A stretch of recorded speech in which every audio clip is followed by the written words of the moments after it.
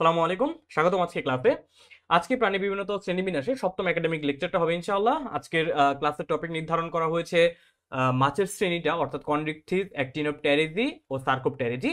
তো যদি আমরা প্রিভিয়াস ক্লাসগুলো যদি একটু দেখি, যারা প্রিভিয়াস ক্লাসগুলো করেছেন তারা অলরেডি জানেন যে আমরা পার্ট 1 থেকে পার্ট 6 পর্যন্ত আমরা মোটামুটি প্রাণী বিভিন্নতা শ্রেণীবিন্যাসে বেসিক থেকে প্রত্যেকটা আহ, পর্ব ইন্ডিভিজুয়ালি পড়ে এখন আমরা সর্বশেষ যে কর্ডাটা পর্ব রয়েছে তার যে ভার্টিব্রাটা উপপর্ব রয়েছে সেই ভার্টিব্রাটা উপপর্বে অবস্থান করতেছি।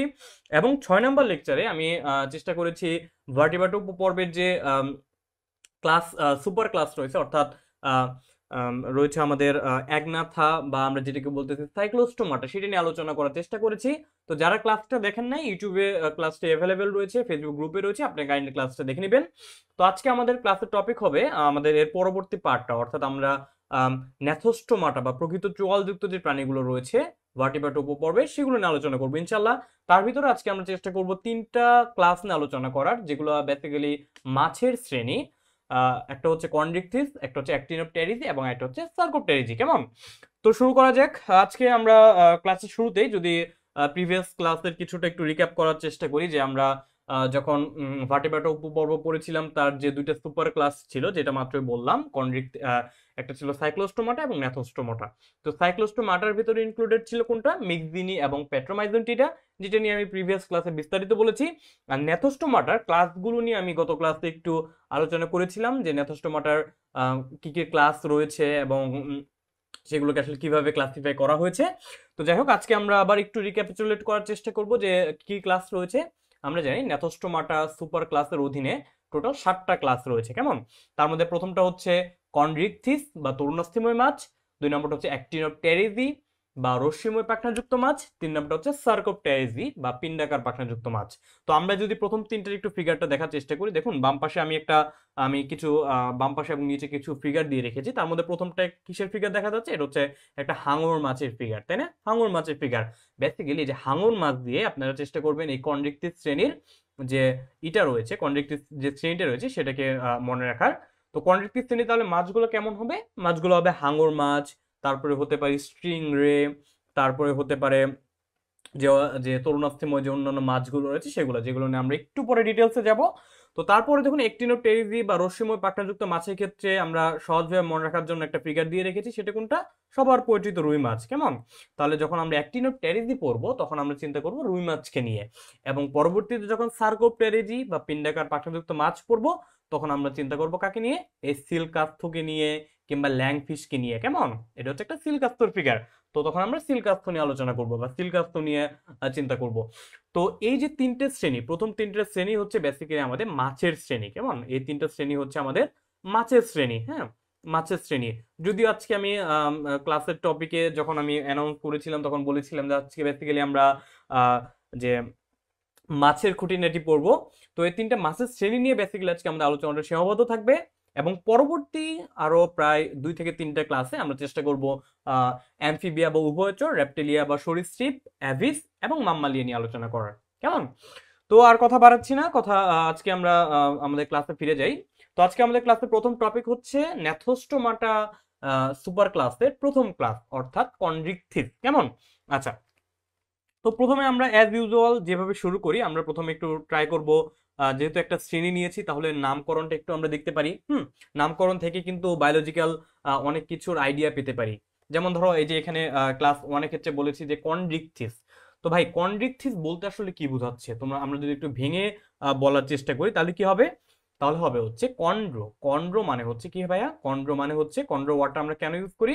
কন্ড্রো ওয়ার্ডটা ইউজ করি হচ্ছে আমরা তরুণাস্থি বোঝাতে। কেমন? তাহলে কন্ড মানে হচ্ছে কি ভাইয়া? কন্ড মানে হচ্ছে তরুণাস্থি। তরুণাস্থি। তো যারা এখন এইচএসসি তে নতুন বা এইচএসসি 26 তে যারা সবেমাত্র ইন্টারমিডিয়েট উঠেছি তাদের হয়তো এই তরুণাস্থি বা অস্থি সম্পর্কে আইডিয়া নাও থাকতে পারে। তো আমি একটু বলে নিচ্ছি যে এই যে তরুণাস্থি বা অস্থি এগুলো হচ্ছে আমাদের অন্তঃকঙ্কালের অংশ। কেমন? আমাদের যে আমরা ভার্টিব্রেট যারা রয়েছি বা আমরা যারা কোয়াড্রেট রয়েছি তাদের অন্তঃকঙ্কাল যদি থাকে তবে সেটা হতে পারে অস্থিময়, সেটা হতে পারে তরুণাস্থিময়। ওকে, জাস্ট এই পর্যন্ত জেনে রাখি, পরবর্তীতে আমরা যখন আমাদের অস্থির চ্যাপ্টারটা পড়বো তখন এটা ডিটেইলসে বলবো। ওকে ওকে। তো তাহলে কন্ড্রিকথিস হচ্ছে তরুণাস্থি, কন্ড্রো মানে হচ্ছে তরুণাস্থি, আর স্ট্রিকথিস বা অস্ট্রিকথিস মিন্স হচ্ছে মাছ। কেমন? ইকথিস মানে হচ্ছে মাছ। তাহলে কন্ড্রিকথিস শ্রেণীর প্রাণীদের আমরা কি বলবো? কন্ড্রিকথিস শ্রেণীর প্রাণীদেরকে আমরা বলতে পারি হচ্ছে কি ভাই? কন্ড্রিকথিস শ্রেণীর প্রাণীদের বলতে পারি হচ্ছে আমরা তরুণাস্থিময় মাছ। কেমন? তাহলে কন্ড্রিকথিস বা এদেরকে আমরা বলবো হচ্ছে তরুণাস্থিময় মাছ। তরুণাস্থিময় মাছ। ওকে ওকে, একজন কমেন্ট করেছো যে সাউন্ড কম, লেট মি চেক। ওকে, একজন ভাইয়া সাউন্ড ওকে, আমি একটু বুস্ট আপ করে দিচ্ছি, তবুও একটু তোমার ফোনের বা ডিভাইসের ভলিউমটা একটু বাড়িয়ে নিলে আশা করি এটা সলভ হয়ে যাবে। আমি সাউন্ডটা একটু বুস্ট করে দিচ্ছি।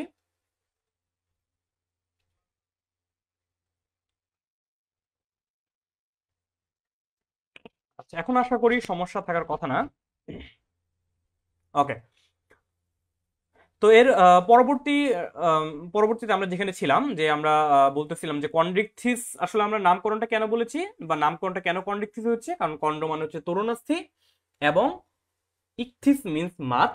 তাহলে যে সকল মাছের অন্তঃকঙ্কাল তরুণাস্থি নির্মিত বা যে সকল মাছে তরুণাস্থি বিদ্যমান থাকে তাদেরকে আমরা বলবো তরুণাস্থিময় মাছ, আর তাদের শ্রেণীটা হবে কন্ড্রিকথিস। তাহলে আমরা তিনটা মাছের শ্রেণী নিয়ে যথেষ্ট মোটা আলোচনা করব। তার প্রথমটা হচ্ছে কন্ড্রিকথিস বা তরুণাস্থিময় মাছ। Okay fine. তো আমরা প্রথমে হচ্ছে তাহলে দেখলাম যে কন্ড্রিকথিসের নামকরণটা কিভাবে হলো। তাহলে এক নম্বরে আমরা কি বলবো ভাই? এক নম্বরে আমরা এর নামকরণ থেকে যদি আমরা একটা পয়েন্ট বলে দিই যে এই শ্রেণীর মাছটা কেমন হবে, এই শ্রেণীর মাছটা হবে তরুণাস্থিময়। তাহলে কন্ড্রিকথিস শ্রেণীর মাছদের ক্ষেত্রে কি হবে? অন্তঃকঙ্কালটা কেমন হবে ভাইয়া? অন্তঃকঙ্কাল হবে তরুণাস্থিময়। কেমন? অন্তঃকঙ্কাল হবে কেমন ভাইয়া? অন্তঃকঙ্কাল হবে তরুণাস্থিময়। হ্যাঁ, অন্তঃকঙ্কাল হবে তরুণাস্থিময়। ওকে, তো তার পরবর্তী পয়েন্ট কি হতে পারে? দেখো তো, একটা অন্তঃকঙ্কাল তরুণাস্থিময় একটা মাছ হিসেবে আমরা চিন্তা করতে পারি। এই যে দেখো, একটা হাঙর রয়েছে, তাই না? একটা হাঙর, তারপরে দেখো আবার একটা স্ট্রিং রে বা যেটাকে আমরা শাপলা পাতা মাছ বলি সেটাকে রেখেছি, তাই না? আচ্ছা, তো আরেকটা কথা আগে বলে ফেলি যে দেখো, আমরা যখন মাছের শ্রেণীগুলো পড়বো, হতে পারে সেটা কন্ড্রিকথিস, হতে পারে সেটা অ্যাক্টিনোপটেরিজি, হতে পারে সেটা সার্কোপটেরিজি, আমরা বেসিক্যালি একটা প্যাটার্ন ফলো করার চেষ্টা করব। কেমন? প্যাটার্ন মানে হচ্ছে কি, আসলে আসলে আমরা তিনটে শ্রেণীর মাছের ক্ষেত্রে কিছু কমন বৈশিষ্ট্য নিয়ে আমরা একটু আলোচনা করব। তার মধ্যে একটা থাকবে হচ্ছে এর অন্তঃকঙ্কালটা কেমন, এর আইস কেমন, এর পুচ্ছ পাখনা কেমন, এর বায়ুথলি বা পটকা রয়েছে কিনা, তারপর হচ্ছে নিষেকটা কেমন, এক্সেট্রা এক্সেট্রা। ওকে, আচ্ছা, তো আমরা কন্ড্রিকথিস নিয়ে আলোচনা করছিলাম। কন্ড্রিকথিসে তাহলে আমরা প্রথমে বললাম যে এর অন্তঃকঙ্কাল হবে তরুণাস্থিময়। তারপরে আমরা যে মেজর আরেকটা জিনিস বলতে পারি, দেখো অন্তঃকঙ্কাল তরুণাস্থিময়, ওকে ফাইন। তাহলে মাছটা কেমন হবে? নরম হবে। তাহলে এখন আমার মাছের আরেকটা স্পেশাল ক্যারেক্টারিস্টিক নিয়ে আলোচনা করি, সেটা হচ্ছে মাছের আইসটা কেমন হবে। কেমন? তো দেখো, ডান পাশে আমি একটা ফিগার দিয়ে রেখেছি। একটা ফিগারটা হয়তো বা দেখতে পাচ্ছ যে এটা আসলে এমন, হ্যাঁ এমন এমন একটা ফিগার দিয়ে রেখেছি। দেখো, এটা হচ্ছে এই ফিগারটাকে বলা হয় প্ল্যাকয়েড। হ্যাঁ, এই আইসটাকে বলা হচ্ছে প্ল্যাকয়েড ধরনের আইস। তো আমরা বলতে পারি যে এই কন্ড্রিকথিস শ্রেণীর যে মাছ রয়েছে তাদের আইসটা কেমন হবে? তাদের আইসটা হবে প্ল্যাকয়েড ধরনের। হ্যাঁ, পরবর্তীতে যখন আমি আসলে তিনটা মাছের শ্রেণী নিয়ে যখন একটু সামারাইজ করব, তখন আসলে তোমার এই ব্যাপারগুলো আরো বেশি ক্লিয়ার হয়ে যাবে। তো তাহলে মাছের অন্তঃকঙ্কাল ছিল তরুণাস্থিময়, দেন এর আইসটা কেমন হবে? কন্ড্রিকথিস শ্রেণীর মাছের আইসটা হবে হচ্ছে কি নির্মিত ভাইয়া? আইসটা হবে হচ্ছে কেমন? এর হবে প্ল্যাকয়েড ধরনের। কেমন? তাহলে আইস হবে হচ্ছে প্ল্যাকয়েড ধরনের, প্ল্যাকয়েড ধরনের। হ্যাঁ, প্ল্যাকয়েড ধরনের। ওকে, তাহলে তুমি ভাই মনে রাখবা কেমনে বলো তো? এটা মনে রাখবা কেমনে? আচ্ছা, মনে রাখার জন্য আমরা জাস্ট একটা নেমোনিক্স ইউজ করতে পারি, যে ভাই তুমি মনে রাখতে পারো যে দেখো, এটা যেহেতু কন্ড্রিকথিস, হ্যাঁ যেহেতু কন্ড্রিকথিস, কন্ড্র কথাটা আছে আর লাস্টে আছে হচ্ছে প্ল্যাকয়েড, প্ল্যাক। তাহলে আমরা এখান থেকে মনে রাখতে পারি কর্ন প্ল্যাক দিয়ে। কেমন? কর্ন প্ল্যাক, কর্ন প্ল্যাক দিয়ে মনে রাখতে পারি। কর্ন প্ল্যাক দিয়ে কিভাবে মনে রাখবো? তাহলে কন্ড্রিকথিস শ্রেণী মাছদের আইস হবে কেমন? প্ল্যাকয়েড ধরনের। বুঝতে পারছি? কন্ড্রিকথিস শ্রেণী মাছের আইস হবে প্ল্যাকয়েড ধরনের। আর প্ল্যাকয়েড আইসটা দেখতে কেমন হবে? যে অনেকটা এরকম কাটা কাটা। কেমন? আচ্ছা, তারপর আমরা আইসের পরে কি মনে রাখবো? দেখো তো, এদের আইসের পরে আমরা এদের হচ্ছে মাছের যেহেতু বলছিলাম যে কিছু কমন ক্যারেক্টারিস্টিক থাকবে, তার ভিতর আরেকটা জিনিস ইনক্লুডেড হবে, সেটা কি? সেটা হবে এদের লেজ। তো তুমি দেখো নিচে আমি একটা যে মাছগুলো ফিগার দিয়ে রেখেছি, হাঙরের ফিগার দিয়ে রেখেছি, এই লেজটাকে তুমি দেখো তো, এই লেজটা অনেকটা এমন না? দেখো তো লেজটা অনেকটা এমন কিনা, যে লেজের অংশটা এমন, হ্যাঁ পিছনে গিয়ে তারপর হচ্ছে একটা অংশ বড় হয়ে গেছে। হুম, একটা অংশ বড় হয়ে গেছে, আরেকটা অংশ হচ্ছে ছোট হয়ে আসছে, তাই না? ছোট হয়ে আসছে। লেজটা তো দেখতে অনেকটা এমন। Okay fine. তাহলে এই ধরনের লেজকে কি বলা হয় দেখো তো, এই যে লেজ বা পুচ্ছ পাখনা যেটা, সেটার যে দুইটা পার্ট, এই দুইটা পার্ট কি পরস্পর সমান? কখনোই না, এই দুইটা পার্ট হচ্ছে পরস্পর অসমান। তাহলে যে সকল মাছের পুচ্ছ পাখনা পরস্পর অসমান, সে অসমান পুচ্ছ পাখনাকে আমরা কি বলবো বলতো? অসমান পুচ্ছ পাখনাকে আমরা বলবো হেটারো সার্কাল পুচ্ছ পাখনা। কি বলবো তাহলে ভাইয়া? হেটারো সার্কাল পুচ্ছ পাখনা। তাহলে আমি একটু লিখে দিচ্ছি, তাহলে পুচ্ছ পাখনাটা কেমন হবে এদের? পুচ্ছ পাখনাটা হবে হচ্ছে হেটারো সার্কাল ধরনের। হ্যাঁ, পুচ্ছ পাখনাটা হবে কেমন? Heterocercal, heterocercal. Okay, তাহলে যদি আমরা একটু এই হেটারো সার্কাল ওয়ার্ডটাকে যদি একটু বিশ্লেষণ করি, দেখো তো হেটারো মানে কি ভাইয়া? হেটারো মানে হচ্ছে অসম, হুম, অসম। আর সার্কাল মানে হচ্ছে কি? সার্কাল, সার্কাল কথাটা আসছে হচ্ছে সিও আসছে সার্কি থেকে, এই সার্কের মানে হচ্ছে লেজ। ওকে, তাহলে পুচ্ছ পাখনা হেটারো সার্কাল বলতে আসলে আমরা কি বোঝাচ্ছি? যে এর লেজের যে অংশ দুটো থাকবে, এর লেজের যে অংশ দুটো থাকবে, এরা পরস্পর কেমন হবে? এরা পরস্পর হবে অসমান ধরনের, অসমান প্রকৃতির। বুঝতে পারছি? আচ্ছা, তারপরে যদি আমরা একটু চিন্তা করি, দেখো তো আমরা এর লেজ নিয়ে বললাম, তাই না? লেজটা কেমন? অসমান প্রকৃতির। আরেকটা জিনিস দেখো তো, লেজটা কেমন এদের? লেজটা, এদের লেজটা হচ্ছে পেশিময়। কেমন? তাহলে পুচ্ছ পাখনা হচ্ছে হেটারো সার্কাল প্রকৃতির। আর কেমন পুচ্ছ পাখনাটা কেমন হবে ভাই? এদের পুচ্ছ পাখনা হচ্ছে পেশিময়। এদের যে পুচ্ছ পাখনা থাকবে সেটা হচ্ছে কেমন? সেটা হচ্ছে পেশিময়। হ্যাঁ, সেটা হচ্ছে পেশিময় বা, আচ্ছা, পুচ্ছ পাখনাটা পেশিময় বা আমরা বলতে পারি শক্তিশালী পুচ্ছ পাখনা থাকে এদের। আচ্ছা, তো শক্তিশালী পুচ্ছ পাখনা থাকার ফলে কি সুবিধা হবে? শক্তিশালী পুচ্ছ পাখনা থাকার ফলে সুবিধা যেটা হবে সেটা হচ্ছে এরা যখন পানির বিভিন্ন গভীরতায় যাতায়াত করবে তখন তাদের কোনো বায়ুথলি বা পটকার সাহায্য নিতে হবে না। কেন? বায়ুথলি বা পটকা একটা মাছকে পানির বিভিন্ন স্তরে ভাসতে বা ডুবতে সাহায্য করে। তো আমরা যখন আহ, এর বিকল্প হিসেবে যখন একটা পুচ্ছ পাখনা পাবো, যখন আমরা একটা সুগঠিত শক্তিশালী পুচ্ছ পাখনা পাবো, তখন সে তার পুচ্ছ পাখনা বা লেজের ঝাপটার মাধ্যমে সমুদ্রের বা নদীর বা পানির বিভিন্ন গভীরতায় যাতায়াত করতে পারবে। কেমন? তাহলে এদের ক্ষেত্রে কি থাকবে না বলতো? এদের ক্ষেত্রে কোনো বায়ুথলি বা পটকা থাকবে না। তাহলে যেহেতু পুচ্ছ পাখনা বেশিময়, এই পুচ্ছ পাখনার সাহায্যে সে খুব শক্তিশালী ভাবে সাঁতার কাটতে পারবে। দ্যাটস ওয়াই এদের কি থাকবে না? কোনো বায়ুথলি বা পটকা থাকবে না। বুঝতে পারছি? তাহলে এদের কোনো বায়ুথলি বা পটকা থাকবে না। তাহলে বায়ুথলি বা পটকা কেমন হবে ভাইয়া? বায়ুথলি বা পটকা হবে অনুপস্থিত। ওকে, আচ্ছা, তারপরে দেখো তো, তারপরে আমরা কি বলতে পারি? তাহলে আমরা এর পরবর্তীতে বলতে পারি, দেখো, আচ্ছা, যেহেতু বায়ুথলি বা পটকা থাকবে না, তাহলে এদের ক্ষেত্রে আর কি থাকবে বলতো?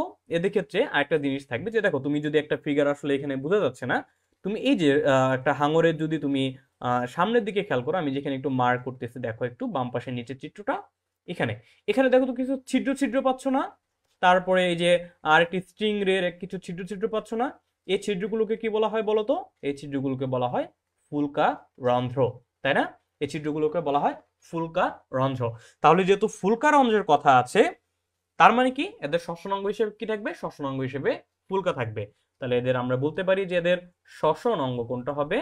এদের শ্বসন অঙ্গ হিসেবে থাকবে কোনটা ভাইয়া? শ্বসন অঙ্গ হিসেবে থাকবে হচ্ছে ফুলকা। শ্বসন অঙ্গ কোনটা হবে? ফুলকা।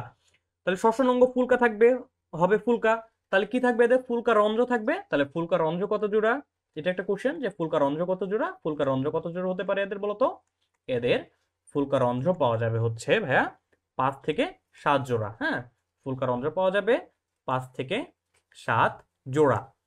আর একটা কথা, এই যে ভাইয়া শ্বসন অঙ্গ হিসেবে ফুলকা পেলাম, এটা পাওয়াটাই তো স্বাভাবিক। কেন স্বাভাবিক বলতো? আচ্ছা, মনে রাখবা, যে সকল প্রাণীর শ্বসন অঙ্গ রয়েছে তাদের ভেতরে যারা জলচর, অর্থাৎ যারা জলে বসবাস করে, তাদের শ্বসন অঙ্গ হিসেবে সর্বদাই আমরা ফুলকা পাবো। যারা উভয়চর, তাদের কিছু কিছু ক্ষেত্রে ফুলকা পেতে পারি, কিছু কিছু ক্ষেত্রে ফুসফুস পাবো। এবং যারা স্থলচর বা খেচর, তাদের ক্ষেত্রে আমরা অবশ্যই কি পাবো? তাদের ক্ষেত্রে পাবো হচ্ছে ফুসফুস। ওকে, কারণ ফুলকাটা কেন ব্যবহৃত হবে? ফুলকাটা ব্যবহৃত হয় যে পানিতে দ্রবীভূত অক্সিজেন থেকে অক্সিজেন নেওয়ার জন্য। ফুসফুসটা ব্যবহৃত হবে হচ্ছে বায়ু থেকে সরাসরি অক্সিজেন নেওয়ার জন্য। কেমন? আচ্ছা, তাহলে আমরা বুঝলাম যে তরুণাস্থিময় মাছের কিছু বেসিক ক্রাইটেরিয়া কি ছিল।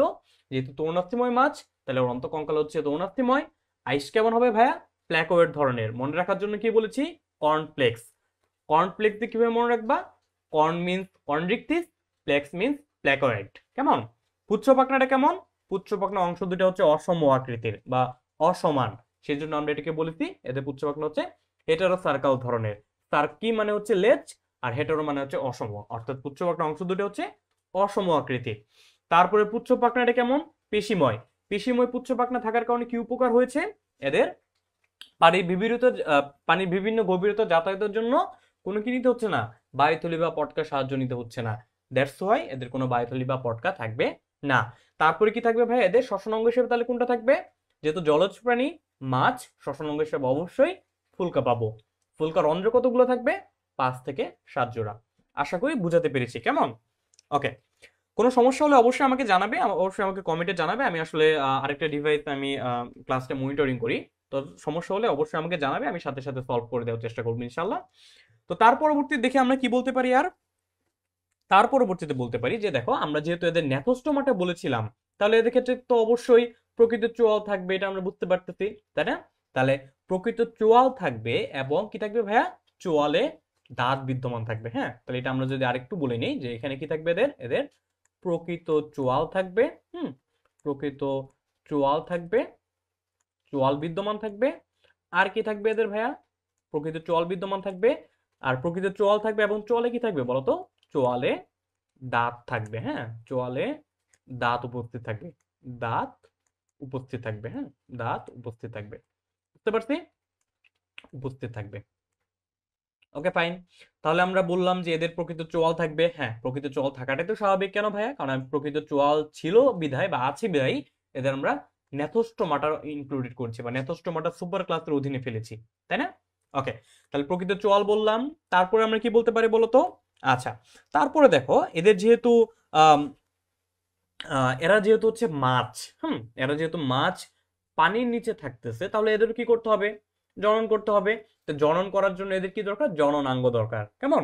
তাহলে কিছু কিছু কন্ড্রিক্টিভ শ্রেণীর মাছের পুচ্ছ পাখনা রূপান্তরিত হয়ে বিশেষ জননাঙ্গ গঠন করবে।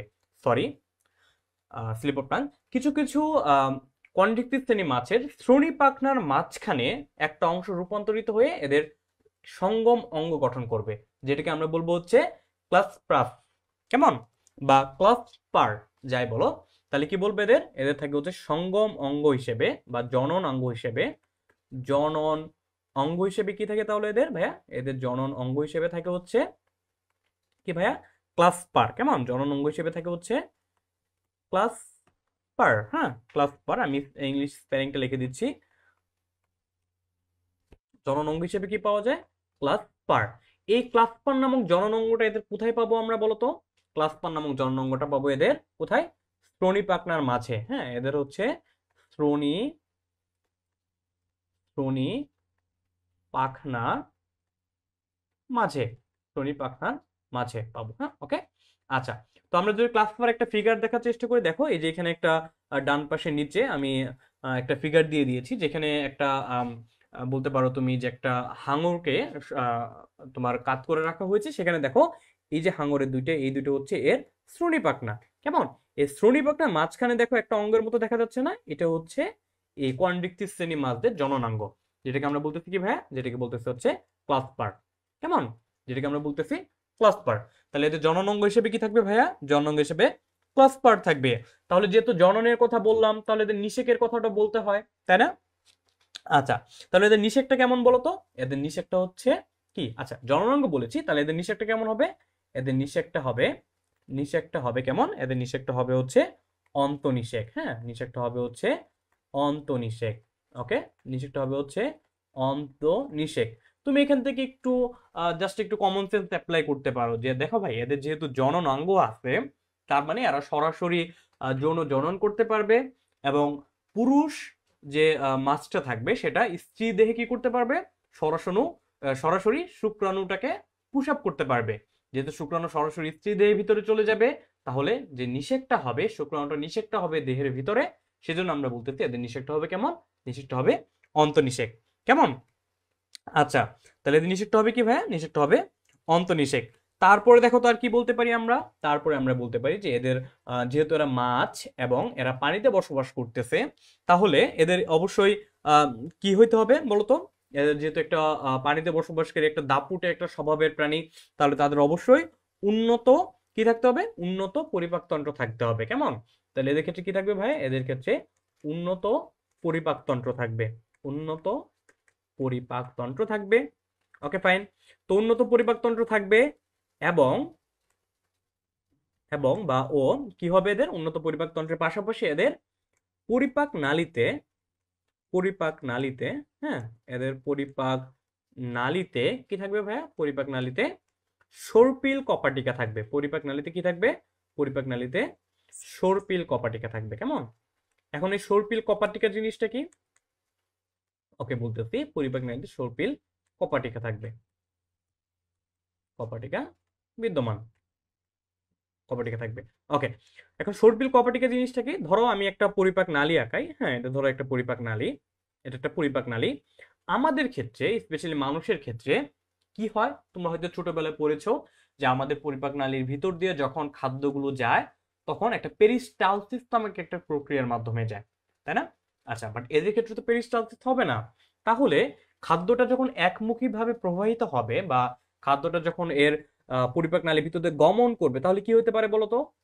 খাদ্যটা গমন করার সময় এটা পশ্চাৎমুখী হয়ে যেতে পারে, বা এরা রিভার্ট করতে পারে খাদ্যটা, বা বিপরীত দিকে চলে আসতে পারে।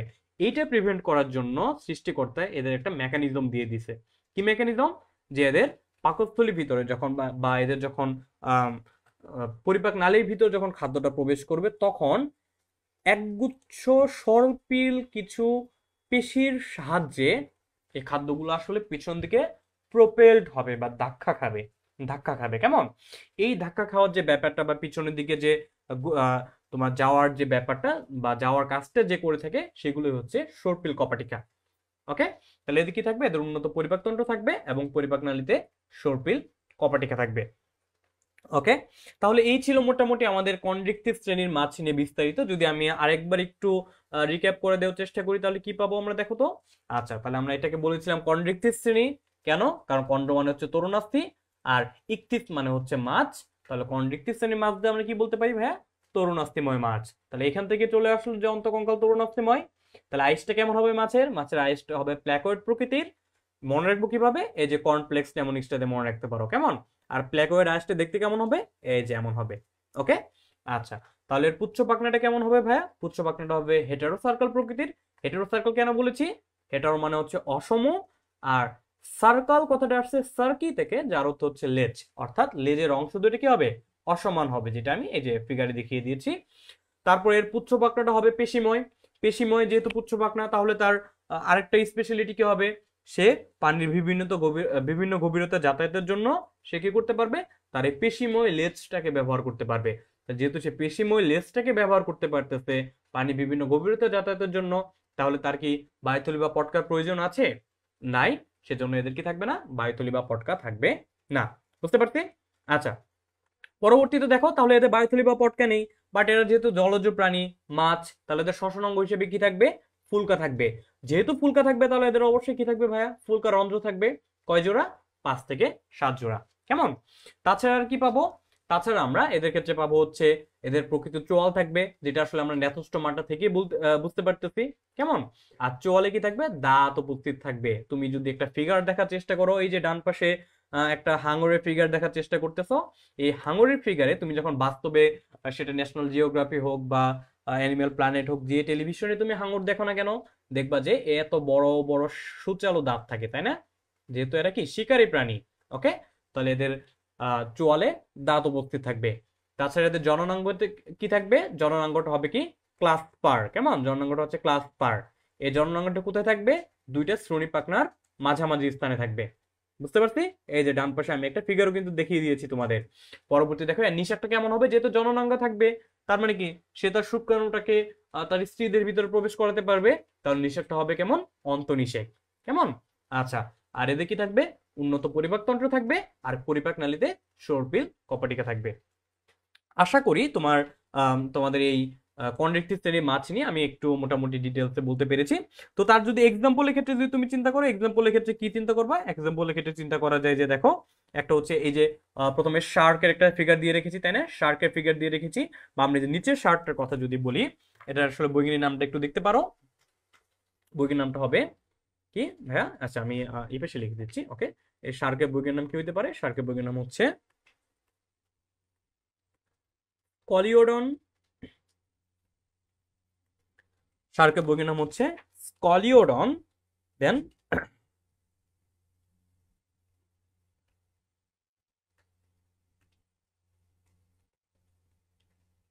লেটিকাউডাস। হ্যাঁ, স্কলিওডন লেটিকাউডাস।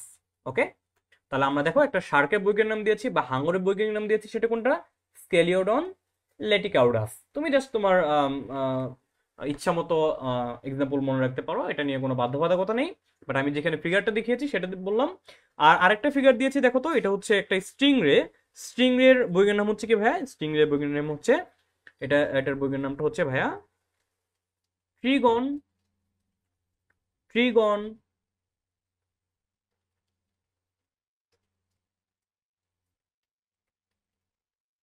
অ্যানোটাটা। ওকে, স্টিং এর বৈজ্ঞানিক নাম হচ্ছে ট্রিগন বা ট্রাইগন অ্যানোটাটা। কেমন? তাহলে এই দুটো ছিল আমাদের এই কন্ড্রিক্টিভ শ্রেণীর দুইটা মাছের এক্সাম্পল। তাছাড়া আমরা কিভাবে মনে রাখতে পারি বলতো? তুমি মনে রাখবা যে এই যে শার্ক জাতীয় যত মাছ আছে, শার্ক বা হাঙর জাতীয় যত মাছ আছে বা স্টিংরে জাতীয় যত মাছ আছে, এদের যত মাছতুতো চাচাতো ভাই আছে, এরা সবাই হচ্ছে এই কন্ড্রিক্টিভ শ্রেণীর মাছ। কেমন? তাহলে আমরা যখন কন্ড্রিক্টিভ শ্রেণী চিন্তা করব, তখন আমরা অবশ্যই যদি একটা প্রাণীর কথা চিন্তা করে মনে রাখার চেষ্টা করি, অবশ্যই আমরা এই হাঙরটার কথা মনে রাখতে পারি। যখন আমরা হাঙরটা ভিজুয়ালাইজ করব, তখনই আমাদের কিন্তু এই যে পুচ্ছ পাখনার কথাটা, তারপর হচ্ছে এদের চোয়ালের কথাটা, এদের দাঁতের কথাটা, তারপর হচ্ছে এদের যে ফুলকা রন্ধ্র থাকে সেটা, এগুলো অটোমেটিক্যালি আমাদের মনে এসে যাবে। কেমন? তো আশা করতেছি এই কন্ড্রিক্টিভ শ্রেণী নিয়ে আর তোমাদের কোনো কনফিউশন নেই। কোনো কনফিউশন থাকলে আমাকে জানাবে। আর এটাও জানাও যে কথাটা এটা ক্লিয়ার কিনা, বা এই পর্যন্ত বুঝতে পেরেছো কিনা। কেমন? আচ্ছা, ওকে। তো পরবর্তীতে আমরা যাচ্ছি হচ্ছে সুপার ক্লাস 2 অর্থাৎ ন্যাথোস্টোমাটার 2 নম্বর ক্লাস, বা যেটাকে আমরা বলতেছি অ্যাক্টিনোপটেরিজি। কেমন? অ্যাক্টিনোপটেরিজি। ওকে, ফাইন। তাহলে দেখো ভাই, আমরা কন্ড্রিক্টিভ বলতে কিন্তু আমরা আসলে প্রথমে বুঝেছিলাম কোন মাছটাকে বলতো? হাঙরকে, এবং হাঙরের প্রজাতিভুক্ত যত মাছ রয়েছে সেগুলোকে। বাট যখন আমরা অ্যাক্টিনোপটেরিজি বলবো, তখন আমরা আমাদেরকে বুঝে নিতে হবে কি ভাইয়া? বুঝে নিতে হবে হয় ইলিশ, না হয় রুই, বা এদের যে প্রজাতিগুলো রয়েছে সেগুলা। বুঝতে পারছি? বা এদের যে সহোদর ভাইয়েরা রয়েছে বা এদের যে সমগোত্রীয় ভাইয়েরা রয়েছে, তাদেরকে আমরা মনে রাখবো অ্যাক্টিনোপটেরিজি দিয়ে। ওকে, ফাইন।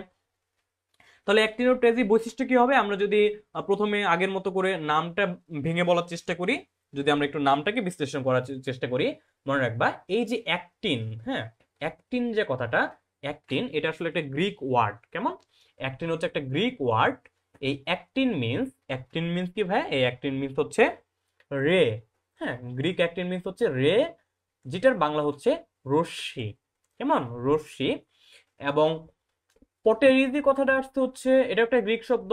এটা মানে হচ্ছে পটেরিজির ইংলিশ হচ্ছে ট্যারন। ট্যারন মানে হচ্ছে ডানা বা পাখনা। ওকে, তাহলে রশ্মিময় পাখনাযুক্ত মাছ। তাহলে আমরা কি বলতে পারি? অ্যাক্টিন মানে রে বা রশ্মি, আর টেরিজি কিংবা ট্যারন কথা থেকে আসছে টেরিজি, এটার মিনিং হচ্ছে পাখনা, বা বলতে পারি। ওকে, তাহলে অ্যাক্টিনোপটেরিজের বাংলা কি হতে পারে বলতো? রশ্মিময় পাখনাযুক্ত মাছ। তাহলে যে সকল মাছের পাখনাগুলো কি থাকবে? রশ্মিময় থাকবে, সেগুলোকে আমরা বলবো হচ্ছে অ্যাক্টিনোপটেরিজি। এখন রশ্মিময় বলতে কি বোঝাচ্ছি? তোমরা দেখো নিচে একটা ফিগার দিয়ে রেখেছি আমি, নিচে কয়েকটা। এই যে রুই মাছটার ক্ষেত্রে তুমি দেখতে পারো, দেখো তো এই যে পাখনাগুলো কেমন? রশ্মির মতো না? কাটা কাটা না? ঝাঁটার শলার মতো না? হ্যাঁ, তাহলে ভাই আমরা এখান থেকে মনে রাখতে পারি যে এরকম রশ্মিময় পাখনাযুক্ত যেসব মাছ পাবো, তারা সবাই হচ্ছে এই অ্যাক্টিনোপটেরিজি শ্রেণীর মাছ। বুঝতে পারছি? আচ্ছা, তাহলে অ্যাক্টিনোপটেরিজি শ্রেণীর আরেকটা নাম কি হবে? রশ্মিময় পাখনাযুক্ত মাছ। কেমন? তাহলে আমরা এখানে লিখে দিচ্ছি, এরা হবে রশ্মিময় পাখনাযুক্ত মাছ। রশ্মিময় পাখনাযুক্ত মাছ। ওকে, অ্যাক্টিনোপটেরিজি বা রশ্মিময় পাখনাযুক্ত মাছ। ওকে, ফাইন। তাহলে আমরা প্রথমেই বুঝলাম যে এদের, আমরা নাম থেকে বুঝলাম যে এদের পাখনাগুলো কেমন হবে, পাখনাগুলো হবে রশ্মিময়। তাহলে আমরা এটাকে হচ্ছে প্রথম ক্রাইটেরিয়া হিসেবে লিখতে পারি যে এদের কি থাকবে, এদের হচ্ছে পাখনাগুলো হবে রশ্মিময়। আচ্ছা, তার পরবর্তীতে আমরা কি বলতে পারি দেখো তো, আমরা যখন কনড্রিক্টিস পড়েছিলাম তখন আমরা অন্তকঙ্কাল নিয়ে আলোচনা করেছিলাম, আশা করি মনে আছে। তো এটাও একটা মাছের ক্লাস, অ্যাক্টিনোপ্টেরা যে একটা মাছের শ্রেণী, তাহলে তাদের অন্তকঙ্কালটা কেমন হবে এটা একটু জানা প্রয়োজন।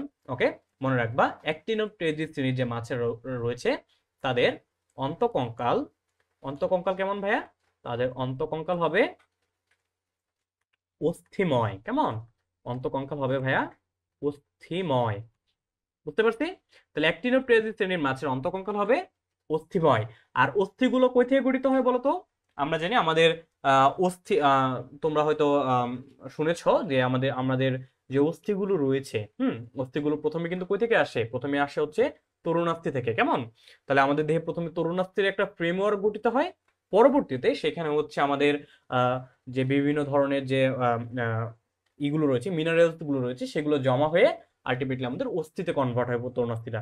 ওকে, তাহলে এই যে অ্যাক্টিনোপ্টেরা শ্রেণীর মাছ অর্থাৎ রশ্মিময় পাখনাযুক্ত মাছ, তাদের অন্তকঙ্কাল অস্থিময়। আর অস্থিগুলো কই থেকে আসবে, তরুণাস্থি থেকে আসবে।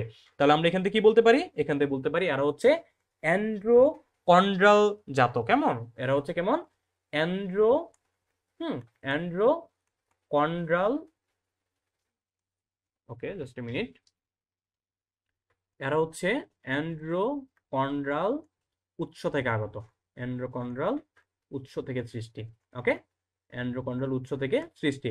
তাহলে আমরা অ্যান্ড্রোকন্ড্রাল উৎস থেকে সৃষ্টি বলতে আমরা আসলে কি বুঝলাম, তাহলে বুঝলাম যে এদের আসলে এই অস্থিগুলো গঠিত হবে কই থেকে, অস্থিগুলো গঠিত হবে হচ্ছে অ্যান্ড্রোকন্ড্রাল, দ্যাট মিন্স কই থেকে, কন্ড্র থেকে, কন্ড্র মানে তরুণাস্থি। তাহলে এই অস্থিগুলো গঠিত হবে তরুণাস্থি থেকে।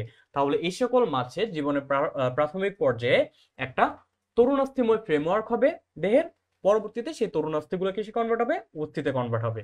বুঝতে পারছি? তাহলে আমরা এক কথায় বলতে পারি যে অ্যাক্টিনোপ্টেরা শ্রেণীর মাছের অন্তকঙ্কাল গুলো হবে অস্থিময়। ওকে, ফাইন। তারপরে জেনে আমরা কি বলেছিলাম, একটা মাছের শ্রেণীর ক্ষেত্রে আমরা বলেছিলাম এর আইসটা কেমন হবে সেটা দেখবো। ওকে, তো অ্যাক্টিনোপ্টেরা শ্রেণীর মাছের আইসটা কেমন হবে যদি আমরা একটু দেখার চেষ্টা করি। অ্যাক্টিনোপ্টেরা শ্রেণীর মাছের আইস হবে ভাইয়া সাইক্লয়েড বা টিনয়েড প্রকৃতির। কেমন, হতে পারে সাইক্লয়েড প্রকৃতির, হতে পারে সাইক্লয়েড প্রকৃতির, সাইক্লয়েড প্রকৃতির, বা হতে পারে টিনয়েড প্রকৃতির, বা টিনয়েড প্রকৃতির। কেমন, ওকে, ফাইন। তো দেখি আমরা সাইক্লয়েড প্রকৃতির আইসটা আসলে দেখতে কেমন। এ দেখো ডান পাশে নিচে আমি দুটো ফিগার দিয়ে রেখেছি। সাইক্লো মানে কি ভাইয়া, সাইক্লো মানে হচ্ছে গোল। তাহলে যে সকল আইস গুলা অনেকটা গোলাকৃতির হবে, তাদেরকে আমরা বলবো সাইক্লোয়েড আইস। যদি আমরা আইস নিয়ে হচ্ছে যখন আমরা রুই মাছ অধ্যায়টা পড়বো, তখন এই সাইক্লোয়েড আইস নিয়ে বিস্তারিত আমরা পড়বো। কেমন, তাছাড়া কি থাকবে এদের, এদের কিছু আইস থাকতে পারে বা কিছু কিছু প্রজাতিতে থাকতে পারবে হচ্ছে টিনয়েড প্রকৃতির আইস। ওকে, তাহলে এই যে অ্যাক্টিনোপ্টেরা শ্রেণীর যে মাছ রয়েছে, এদের আইস হবে হয় সাইক্লোয়েড প্রকৃতির, না হয় হবে টিনয়েড প্রকৃতির। কেমন, তো সাইক্লোয়েড এবং টিনয়েড এই দুইটা আইসই আমি নিচে ফিগারে দেখিয়ে দিয়েছি, আশা করতেছি মনে থাকবে। ওকে, আচ্ছা, তারপর আমরা কি বলতে পারি বলতো, আমরা আইস বললাম, আমরা এর অন্তকঙ্কাল নিয়ে বললাম, হ্যাঁ, তারপরে আমরা এই লেজ নিয়ে একটু কথাবার্তা বলবো বা পুচ্ছ পাখনা নিয়ে বলবো। ওকে, তাহলে এর পুচ্ছ পাখনা নিয়ে যদি আমরা একটু কথাবার্তা বলার চেষ্টা করি, যে এর পুচ্ছ পাখনা বা লেজ, হ্যাঁ, পুচ্ছ পাখনা বা লেজটা কেমন হবে যদি আমরা একটু দেখার চেষ্টা করি। দেখো নিচে যে ফিগারটা দিয়েছি তার মধ্যে একটা বেসিক ফিগার হচ্ছে রুই মাছের। আমরা রুই মাছের ক্ষেত্রে যদি একটু দেখি, দেখো আমি যদি একটু মার্ক করি, দেখো তো লেজটা এমন না, এমন কিনা, হ্যাঁ, লেজটা হচ্ছে অনেকটা এমন, এমন। ওকে, অনেকটা এমন। তো এটাকে যদি তুমি অন্যভাবে চিন্তা করো তাহলে কি হবে দেখো তো, এটা একটা পুচ্ছ পাখনা এবং লেজের যে দুটো অংশ রয়েছে সেই দুটো অংশ পরস্পর সমান, তাই না? এই অংশটা এবং এই অংশটা পরস্পর সমান। তাহলে যদি একটা লেজের দুটো অংশ পরস্পর বা দুটো পার্ট পরস্পর সমান হয়, তাহলে সেটাকে জানি আমরা কি বলবো ভাইয়া, সেটাকে আমরা বলবো হচ্ছে হোমো সার্কাল। এইখানে আরেকটা টার্মের সাথে আমরা পরিচিত হবো, সেটা কোনটা, সেটা হচ্ছে হোমো। তাহলে আমরা এখানে বলতে পারি যে এদের পুচ্ছ পাখনা বা লেজ হচ্ছে হোমো সার্কাল প্রকৃতির। কেমন, হোমো সার্কাল প্রকৃতির, হোমো সার্কাল প্রকৃতির। তো আগের মতো যদি আমরা আবার ব্যাখ্যা দেওয়ার চেষ্টা করি যে হোমো মানে কি, হোমো মানে হচ্ছে সম আকৃতির, হ্যাঁ, সম আকৃতির বা সমান। হোমো মানে হচ্ছে সম আকৃতির বা সমান। আর আমরা সার্কেল কথাটা একটু আগে বিশ্লেষণ করে আসছিলাম, তাই না? সার্কেল মানে কি ভাইয়া? সার্কেল মানে হচ্ছে লেজ। সার্কেল কথাটা আসতে হচ্ছে সার্কি থেকে, দ্যাট মিনস এটা হচ্ছে লেজ। তাহলে লেজের অংশ দুইটা কেমন হবে? লেজের অংশ দুইটা হবে সমান। তাহলে এই ধরনের পুচ্ছ পাখনাকে আমরা বলবো হচ্ছে কি হোমো সার্কেল ধরনের পুচ্ছ পাখনা। বুঝতে পারছি? আচ্ছা, তাহলে আমরা অন্তকঙ্কাল নিয়ে আলোচনা করলাম, আইস নিয়ে আলোচনা করলাম, পুচ্ছ পাখনা নিয়ে আলোচনা করলাম। তাহলে একটু বলো তো, পুচ্ছ পাখনা পরবর্তীতে আমরা জানি কি বলেছিলাম? আমরা বলেছিলাম পুচ্ছ পাখনা দেখার পরে আমরা এর পটকা বা বায়ুথলি সম্পর্কে একটু আইডিয়া লাভ করতে পারি। দেখো এদের পুচ্ছ পাখনাগুলো কি ছোট না? সমান ঠিক আছে, বাট পুচ্ছ পাখনা অংশগুলো কি ছোট, এবং সেটা অতটাও পেশিময় নয়। তাহলে এদের কি হবে? তাহলে এদের তোমার পানির বিভিন্ন গভীরতায় যাতায়াত করার জন্য অন্য কোনো মেকানিজম থাকতে হবে। কোন মেকানিজম থাকবে ভাইয়া? এদের কি থাকবে? বায়ুথলি বা পটকা থাকবে। তাহলে কি বলবো ভাইয়া এদের ক্ষেত্রে? বায়ুথলি, এদের ভাইয়া বায়ুথলি বা পটকা থাকবে। বায়ুথলি বা পটকা উপস্থিত থাকবে। কেমন? এদের বায়ুথলি বা পটকা উপস্থিত থাকবে। বুঝতে পারছি? এদের বায়ুথলি বা পটকা উপস্থিত থাকবে এই ব্যাপারটা। Okay fine. তারপর আমরা কি বলবো বলতো? এদের বায়ুথলি বা পটকা আছে। আচ্ছা, তাহলে আমরা এদের শ্বসন নিয়ে একটু বলতে পারি, তাই না? এদের শ্বসন নিয়ে একটু বলতে পারি। তাহলে এদের কি হবে? এদের শ্বসনাঙ্গ থাকবে। এখন বলতো জলজ প্রাণীর শ্বসনাঙ্গ জানি কোনটা হয়? আমরা একটু আগে এটা নিয়ে ক্লিয়ার করেছিলাম যে জলজ সকল প্রাণীর শ্বসনাঙ্গ হিসেবে কি থাকবে? ফুলকা থাকবে। কেমন? তাহলে আমরা বলবো এদের শ্বসন অঙ্গ হিসেবে কি থাকবে? শ্বসন অঙ্গ হিসেবে পাবো হচ্ছে ফুলকা। প্রধান শ্বসন অঙ্গ হিসেবে কি পাবো? ফুলকা। আর ফুলকা নিয়ে তোমাদের যাদের আইডিয়া নেই, তারা যখন প্রাণীর প্রতীক প্রাণী হিসেবে যখন আমরা পড়বো, যে রুই মাছ পড়বো, তখন আমরা ফুলকার গঠন নিয়ে বিস্তারিত আলোচনা করব। কেমন? তো ফুলকাটা আসলে বেসিক্যালি দেখতে হচ্ছে এমন, আমি একটু জাস্ট ফিগারটা যদি একটু এঁকে দেখাই তোমাদের। হ্যাঁ, ফুলকাটা হচ্ছে একটা এরকম একটি স্ট্রাকচার, এরকম একটি স্ট্রাকচার হচ্ছে ফুলকা, এরকম একটি স্ট্রাকচার হচ্ছে ফুলকার। কেমন? এখানে অনেকগুলো পার্ট থাকে, ফুলকা ল্যামিলি থাকে, ফুলকা র্যাকার্ড থাকে, তারপর ফুলকা আর্টস থাকে, যেগুলো নিয়ে আমরা বিস্তারিত আসলে ইয়ের সময় আলোচনা করবো, যখন আমরা ইটা পড়বো, রুই মাছ পড়বো, তখন আমরা বিস্তারিত আলোচনা করবো ইনশাআল্লাহ। তাহলে ভাই এদের ফুলকা আছে, তাহলে এদের কি থাকবে বলতো? যেহেতু ফুলকা রয়েছে, তাহলে এদের অবশ্যই কি থাকতে হবে? ফুলকা ছিদ্র থাকতে হবে, তাই না? ফুলকা ছিদ্র থাকতে হবে, বাট এদের ফুলকা ছিদ্রের সংখ্যাটা কি নয়? নির্দিষ্ট নয়। কেমন? এদের ফুলকা ছিদ্রের সংখ্যাটা নির্দিষ্ট নয়। তার পরিবর্তে আমরা বলতে পারি এদের ফুলকার সংখ্যা। ওকে, ফুলকার সংখ্যা বলতে পারি। এদের ফুলকা কতগুলো হবে ভাই? এদের ফুলকা থাকবে হচ্ছে প্রায় 4 জোড়া। হ্যাঁ, এদের ফুলকা থাকবে হচ্ছে কি 4 জোড়া। বুঝতে পারছি? তাহলে কি কি বললাম যদি 1 মিনিট একটু রিভিউ করার চেষ্টা করি। যে প্রথমে এদের অন্তকঙ্কালটা হবে অস্থিময়, দেন হচ্ছে এদের আইসটা হবে সাইক্লোয়েড বা টিনয়েড প্রকৃতির, পুচ্ছ পাখনা বা লেজ হবে কেমন? হোমোসার্কাল প্রকৃতির। আর লেজগুলো কেমন হবে? লেজগুলো হবে হচ্ছে কম পেশিময়। সেজন্য এদের পানি বিভিন্ন গভীরতা যাতায়াতের জন্য কি থাকতে হবে? অন্য কোনো মেকানিজম থাকতে হবে। সেটা কি? বায়ুথলি বা পটকা। তাহলে এদের বায়ুথলি বা পটকা উপস্থিত থাকবে। এদের শ্বসন অঙ্গ হিসেবে পাবো হচ্ছে ফুলকা। কতগুলো ফুলকা থাকবে? 4 জোড়া। আর ফুলকার স্ট্রাকচার নিয়ে ইনশাল্লাহ আমরা যখন রুই মাছটা পড়বো, তখন আমরা ডিটেলসে পড়বো ইনশাল্লাহ। কেমন? Okay fine. তো তারপরে আমরা কি পাবো এদের বলতো? এদের হচ্ছে যে একটু আগে বলে আসছি যে এদের হচ্ছে কি থাকবে? এদের হচ্ছে বিভিন্ন ধরনের পাখনা রশ্মি থাকবে। এবং পাখনা রশ্মিগুলো কেমন হবে? বিভিন্ন ধরনের পাখনা থাকবে। পাখনাগুলো কেমন হবে? পাখনাগুলো হবে রশ্মিময়, যেটা আসলে আমরা প্রিভিয়াসলি আলোচনা করে এসেছি। তারপরে এদের আর কি বৈশিষ্ট্য থাকতে পারে বলতো? এরা হবে কি, এদের কোনো নির্দিষ্ট জনন অঙ্গ থাকবে না। হ্যাঁ থাকবে, বাট সকল প্রাণীতে জনন অঙ্গ উপস্থিত থাকবে না। জনন অঙ্গের বদলে এদের কি থাকতে পারে বলতো? জনন অঙ্গের বদলে এদের যেহেতু সরাসরি নির্দিষ্ট কোনো জনন অঙ্গ থাকবে না এদের, তাহলে এরা কি করবে?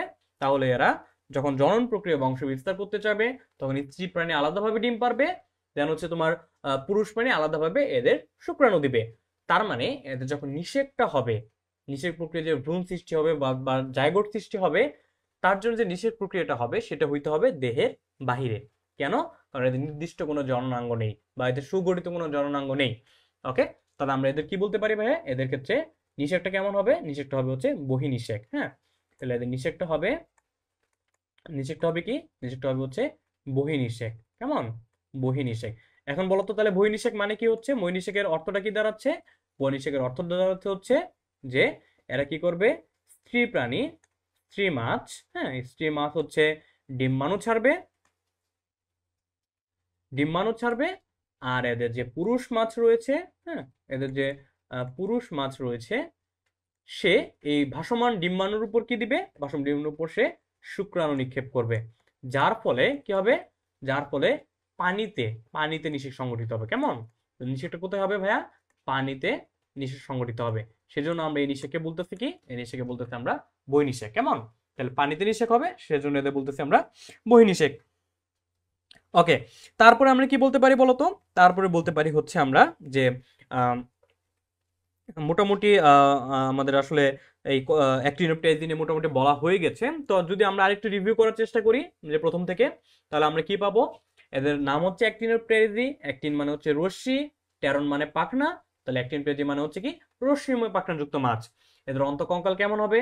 অস্থিময় হবে, যেটা কই থেকে আসবে? অ্যান্ড্রোকন্ডাল থেকে আসবে। দ্যাট মিনস এদের প্রথমে একটা তরুণাস্থির ফ্রেমওয়ার্ক হবে, বা তরুণাস্থি দিয়ে আগে আসলে এদের কঙ্কালটা গঠিত হবে, এবং পরবর্তীতে এদের জীবনের পরিস্ফুটনের সময় আস্তে আস্তে সেই তরুণাস্থিটা অস্থি দিয়ে প্রতিস্থাপিত হয়ে যাবে।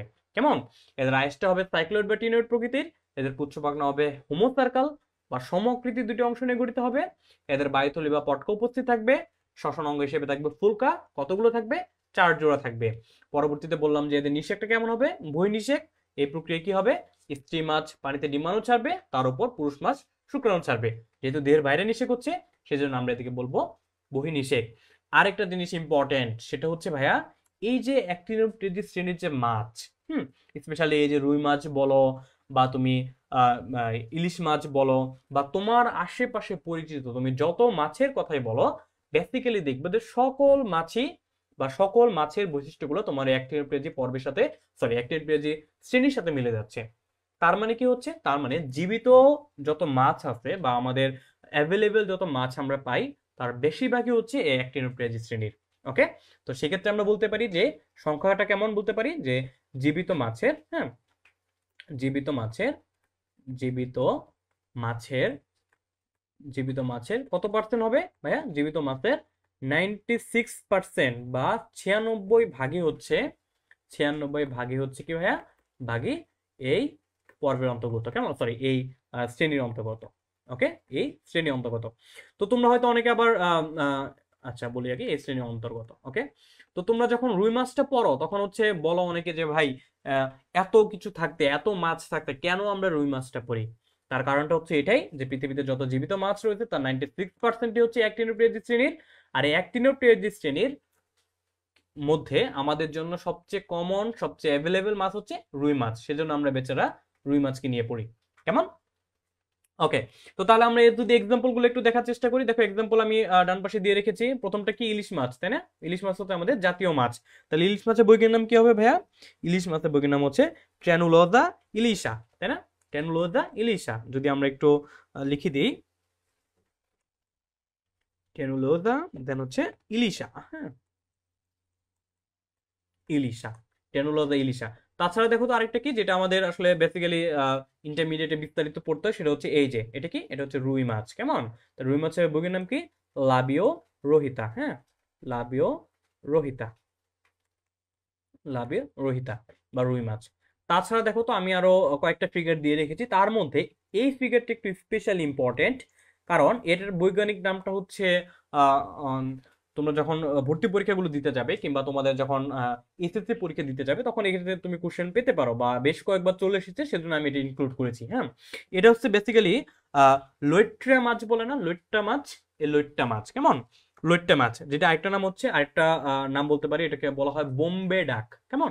এটাকে বলা হচ্ছে কি ভাইয়া? বোম্বে ডাক। হ্যাঁ, এটা হচ্ছে বোম্বে ডাক বা বা লইট্টা। কেমন? বোম্বে ডাক বা লইট্টা। এটা শুটকিটা কিন্তু আমাদের ক্ষেত্রে কি খুবই জনপ্রিয় একটা শুটকি, যেটা হচ্ছে এই বোম্বে ডাক বা লইট্টার, যেটা হচ্ছে মানুষ খায় আর কি। তো যাই হোক, তো বোম্বে ডাক বা লইট্টা এর বৈজ্ঞানিক নামটা তোমার একটু লাগবে। বৈজ্ঞানিক নামটা হচ্ছে বৈজ্ঞানিক নামটা হচ্ছে হারপাডন। যদি আমি একটু লিখে দিই, হারপাটন, হারপাডন, দেন হচ্ছে আহ, হারপাডন নেহেরাত। হ্যাঁ, হারপাডন নেহেরাত হচ্ছে এই বোম্বে ডাক বা লইট্টার বৈজ্ঞানিক নাম। একটু মনে রাখার চেষ্টা করবা।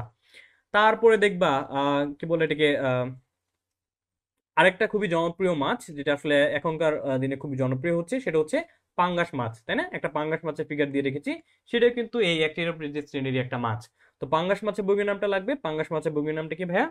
পাঙ্গাস মাছের বৈজ্ঞানিক নামটা হচ্ছে একটু ইন্টারেস্টিং, পাঙ্গাসিয়াস। পাঙ্গাসিয়াস। পাঙ্গাসিয়াস। পাঙ্গাসিয়াস কেমন? পাঙ্গাস মাছের বৈজ্ঞানিক নামটা হচ্ছে পাঙ্গাসিয়াস। পাঙ্গাসিয়াস। তাহলে আমরা এক্সাম্পল হিসেবে তাহলে কি বললাম? সবচেয়ে কমন মাছ যেমন কি এই যে টেনুলজা ইলিশা, যেটা হচ্ছে ইলিশ মাছ, আমাদের জাতীয় মাছ। তারপর কি ভাইয়া? এই যে লাবিও রোহিতা বা রুই মাছ, কেমন? লাবিও রোহিতা বা রুই মাছ। তারপরে একটা স্পেশাল মাছের নাম পড়লাম বোম্বে ডাক বা লইট্টা। এটা একটু স্পেশালি মনে রাখার চেষ্টা করবা, যদিও বৈজ্ঞানিক নাম মনে রাখাটা একটু টাফ হয়ে যায়, বাট একটু মনে রাখার চেষ্টা করবা, হ্যাঁ। হারপাডন নেহরিউস। দেন হচ্ছে কি পাঙ্গাস মাছ, যেটাকে আমরা বলতেছি প্যাঙ্গাসিয়াস বা প্যাঙ্গাসিয়াস। প্যাঙ্গাসিয়াস। ওকে, একটু কি বলে এটাকে, একটা অদ্ভুত নাম, যেটা আসলে আমরা যখন শ্রেণীবিন্যাস পড়েছি তখন আমরা বলে আসছিলাম যে একটা প্রাণীর বৈজ্ঞানিক নামে কি হতে পারে? বৈজ্ঞানিক নামের তোমার আহ, গণ এবং প্রজাতি দুটো সেম হতে পারে, তাই না? তখন জানি সেটাকে কি বলে, একটু কমেন্টে জানাও তো। কোন একটা প্রাণীর বৈজ্ঞানিক নাম যদি নামে যদি গণ এবং প্রজাতির নাম সেম হয়, তখন সেটাকে আমরা কি বলি? একটু আমাকে কমেন্টে জানিও। ওকে। ওকে, যারা পরবর্তী ভিডিওটা দেখবে একটু কমেন্টে জানিও, তাহলে আমি বুঝবো যে তোমরা আগের ক্লাসগুলো করেছো। কেমন? ওকে। তো এই ছিল মোটামুটি আমাদের অ্যাক্টিনোপ্টেরিস শ্রেণীর মাছ। তাহলে যদি আমাদের অ্যাক্টিনোপ্টেরিস শ্রেণীর কোনো একটা মাছ আসে বা অ্যাক্টিনোপ্টেরিস শ্রেণী নিয়ে যদি আসে, আমরা কিভাবে চিন্তা করব? আমরা চিন্তা করবো একটা রুই মাছকে, কেমন? আমরা চিন্তা করি একটা ইলিশ মাছকে। সেখান থেকে তুমি এটা বৈশিষ্ট্যগুলো একটু মনে রাখার চেষ্টা করবা, একটু বলার চেষ্টা করবা, বা একটু মনে করার চেষ্টা করবা যে ভাই আমাদের রুই মাছটা কেমন দেখতে, রুই মাছের পুচ্ছ পাখনাটা কেমন। পুচ্ছ পাখনাটা হচ্ছে দেখবা হোমো সার্কাল প্রকৃতির, তাই না? রুই মাছের কি থাকে? পটকা বা বায়ুথলি থাকে। রুই মাছের কি থাকে? তোমার ফুলকা থাকে। কত জোড়া? 4 জোড়া, হ্যাঁ। তারপর হচ্ছে তোমার এর পুচ্ছ পাখনাটা কেমন? পুচ্ছ পাখনাটা হচ্ছে এই রশ্মিময় বা রশ্মিযুক্ত বা কাঁটাযুক্ত বা কাটা কাটা, কেমন? এর অন্তকঙ্কালটা কেমন? এর অন্তকঙ্কালটা হচ্ছে অস্থিময়। এভাবে একটু আস্তে আস্তে রিক্যাপিচুলেট করে পড়ার মাধ্যমে তুমি একটু মনে রাখবা বা একটু ভিজুয়ালাইজ করার চেষ্টা করবা। তাহলে আশা করছি তোমার এই মাছের শ্রেণীগুলো আর কঠিন মনে হবে না। কেমন? আশা করছি আর কঠিন মনে হবে না। ওকে। তো তার পরবর্তীতে আমরা আমাদের 3 নম্বর মাছের শ্রেণীতে যাব, যেটা হচ্ছে সার্কোপটেরিজি। কেমন? সার্কোপটেরিজিটা আসলে খুবই অদ্ভুত একটা শ্রেণীর মাছ। ওকে। আচ্ছা। তো সার্কো সার্কো আহ, যদি আমরা আবারও এর নামটা বিশ্লেষণ করার চেষ্টা করি, দেখো আমরা পাচ্ছি হচ্ছে সার্কো, তাই না? সার্কো, হ্যাঁ। সার্কো কথাটা আসছে হচ্ছে কই থেকে? সার্কো কথাটা আসছে হচ্ছে সার্কস থেকে। সার্কস থেকে। এই সার্কসের ইংলিশ, এর সার্চটা হচ্ছে একটা গ্রিক শব্দ। এর ইংলিশটা হচ্ছে ফ্লেশ। কেমন? এর ইংলিশটা হচ্ছে ফ্লেশ। আর ফ্লেশ বলতে আসলে আমরা কি বুঝি বলতো? ফ্লেশ বলতে আমরা বুঝি হচ্ছে মাংস বা মাংসাল। কেমন? তাহলে এটা বলতে পারি কি ভাই আমরা? মাংস বা যদি বলতে পারি মাংসাল, হ্যাঁ। মাংসাল বা মাংসপিণ্ড বা মাংসাল। আর টেরিজির মানে আমি অলরেডি বলে আসছি। টেরিজি মানে কি বলতো ভাইয়া? টেরিজি মানে হচ্ছে পাখনা, তাই না? পাখনা। ওকে, ফাইন। তাহলে আমরা সার্কোপটেরিজি নাম থেকে আমরা কি বুঝলাম? যে এই শ্রেণীর মাছেরা হবে এমন যাদের পাখনাগুলো থাকবে কেমন? মাংসাল, হ্যাঁ। বা কি মাংস নির্মিত বা পেশি নির্মিত পাখনা থাকবে, বা পিণ্ড নির্মিত পাখনা থাকবে, মাংস পিণ্ড নির্মিত পাখনা থাকবে। তাহলে আমরা সার্কোপটেরিজির বাংলাটা কি বলবো? সার্কোপটেরিজি বাংলা বলবো হচ্ছে সার্কোপটেরিজি বা বা কি বলবো ভাইয়া? বা মাংসল পাখনাযুক্ত মাছ। কেমন? বা মাংসল পাখনাযুক্ত মাছ, হ্যাঁ। মাংসল পাখনা যুক্ত মাছ। ওকে, ফাইন। তো দেখো তো নামকরণের নামের বাংলা থেকে আমরা আসলে কিছুটা অনুমেয় করতে পারতেছি যে এই শ্রেণীর মাছদের পাখনাগুলো কেমন হবে? মাংসল প্রকৃতির হবে। তো আমরা যদি একটু নিচের দিকে দেখার চেষ্টা করি, দেখো একটা মাছের, তুমি যদি এই যে পাখনাটা দেখো, আমি একটা এই পাখনাটাকে আমি চিহ্নিত করলাম। দেখো তো এই পাখনার একটা অংশ কি পাবা? হ্যাঁ, একটা অংশ হচ্ছে পাখনা, একটা অংশ হচ্ছে পাখনা। আর বাকি অংশটা কি বলতো? বাকি অংশটা কি নির্মিত? বাকি অংশটা হচ্ছে এই যে মাংসপিণ্ড নির্মিত, তাই না? দিয়ে সাথে মাংসপিণ্ডের মাধ্যমে অ্যাটাচড, তাই কি না?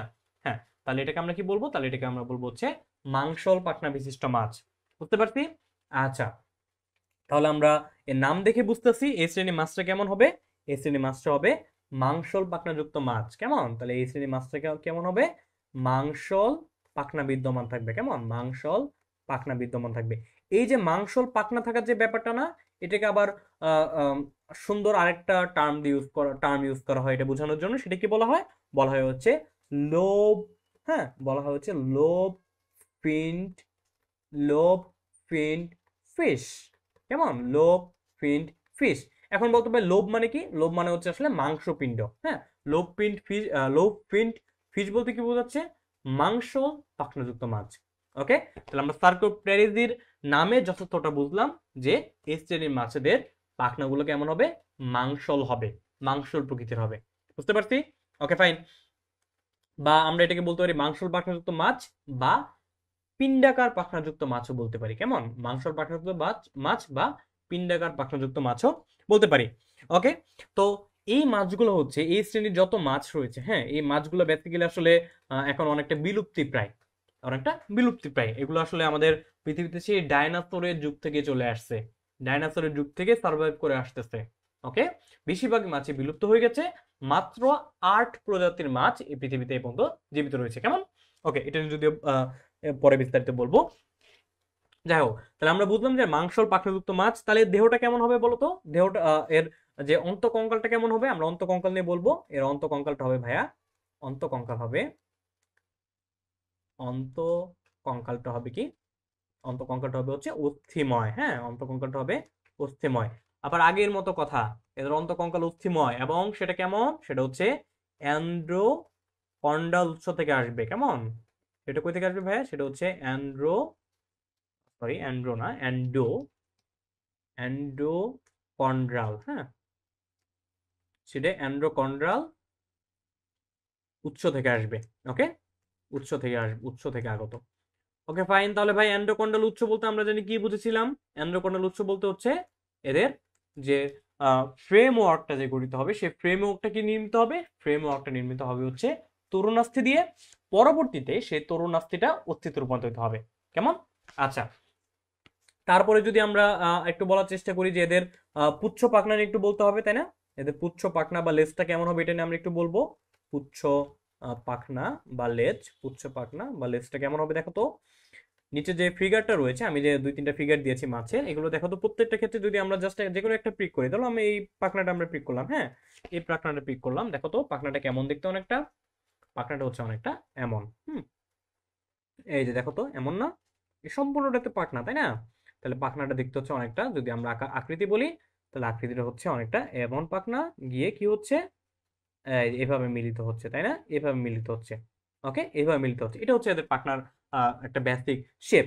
আসলে এই পাখনাটা কিভাবে গঠিত হয় জানো? এই পাখনাটা আসলে গঠিত হয় হচ্ছে প্রথমে এরকম একটা পাখনা থাকে। হ্যাঁ, প্রথমে হচ্ছে এরকম একটা পাখনা থাকে এবং পরবর্তীতে এরকম আরেকটা পাখনা থাকে। পরবর্তীতে কি হয়? যখন এদের মানে এরা যখন বড় হতে থাকে বা এদের যখন হচ্ছে তোমার দেহের বিভিন্ন ধরনের রূপান্তর হতে থাকে, তখন কি হয় বেসিক্যালি? তখন হচ্ছে এদের এদের পাখনাগুলোর এই যে দুইটা পার্ট রয়েছে না, এই যে দুইটা পার্ট, দুইটা খণ্ড যে বললাম, এই দুইটা খণ্ড কি হয়? এই দুইটা খণ্ড এদের একত্রিত হয়ে যায়। হ্যাঁ, এদের পাখনার এই যে এই দুইটা খণ্ড এখানে কি হয়? একত্রিত হয়ে যায়, একত্রিত হয়ে যায়। কেমন? একত্রিত হয়ে আলটিমেটলি কি তৈরি করে? আলটিমেটলি হচ্ছে এই যে এরকম, এরকম একটা অভিন্ন একটা খণ্ডক তৈরি করে। কেমন? অভিন্ন একটা খণ্ডক তৈরি করে। ওকে, অভিন্ন একটা খণ্ডক তৈরি করে। তাহলে যেহেতু এদের প্রথমে দুইটা পার্ট থাকে এবং পরবর্তীতে এরা একত্রিত হয়ে এরকম একটা খণ্ড তৈরি করে, সেজন্য এই শ্রেণীর মাছদের পাখনাকে বলা হয় কি? কেমন ধরনের পাখনা ভাইয়া? এদেরকে বলা হচ্ছে ডাইফি সার্কেল ধরনের পাখনা। কেমন? তাহলে এদের পাখনাটা কেমন? ডাইফি সার্কেল পাখনা। কেমন? তাহলে হচ্ছে পুচ্ছ পাখনা বা লেজটা কেমন হবে? ডাইফি সার্কাল প্রকৃতির। কেমন? ডাইফি সার্কাল প্রকৃতির। ওকে, তো বরাবরের মতো এখনো যদি আমরা একটু আহ, ডাইফি কথাটার মিনিংটা বোঝার চেষ্টা করি, তাহলে ডাই মানে হচ্ছে কি? দুই। হ্যাঁ, ডাই মানে হচ্ছে আহ, দুই। আর ফি, ফি কথাটা আসছে হচ্ছে PHY থেকে ফাই। ফাই মানে হচ্ছে বেসিক্যালি একত্রিত হওয়া, একত্রিত হওয়া। হ্যাঁ, একত্রিত হওয়া। তাহলে দেখো তো কি হইলো? এদের যে দুইটা এদের পুচ্ছ পাখনার যে দুইটা পার্ট থাকে, সেই দুইটা পার্ট পরস্পর একীভূত বা একত্রিত হয়ে যায়। বিধায় এদের পুচ্ছ পাখনাকে আমরা বলতেছি কি ভাই?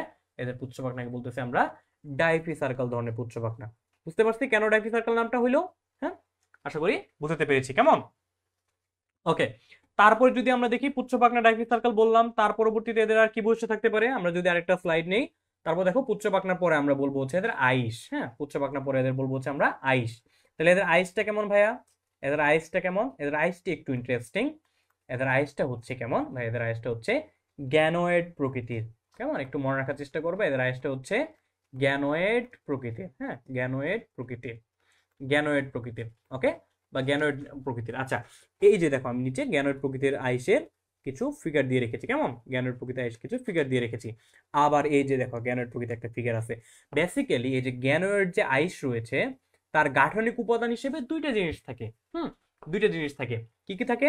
গ্যানোয়েড আইসের গাঠনিক উপাদান হিসেবে থাকে হচ্ছে কসমিন নামক প্রোটিন, কসমিন প্রোটিন।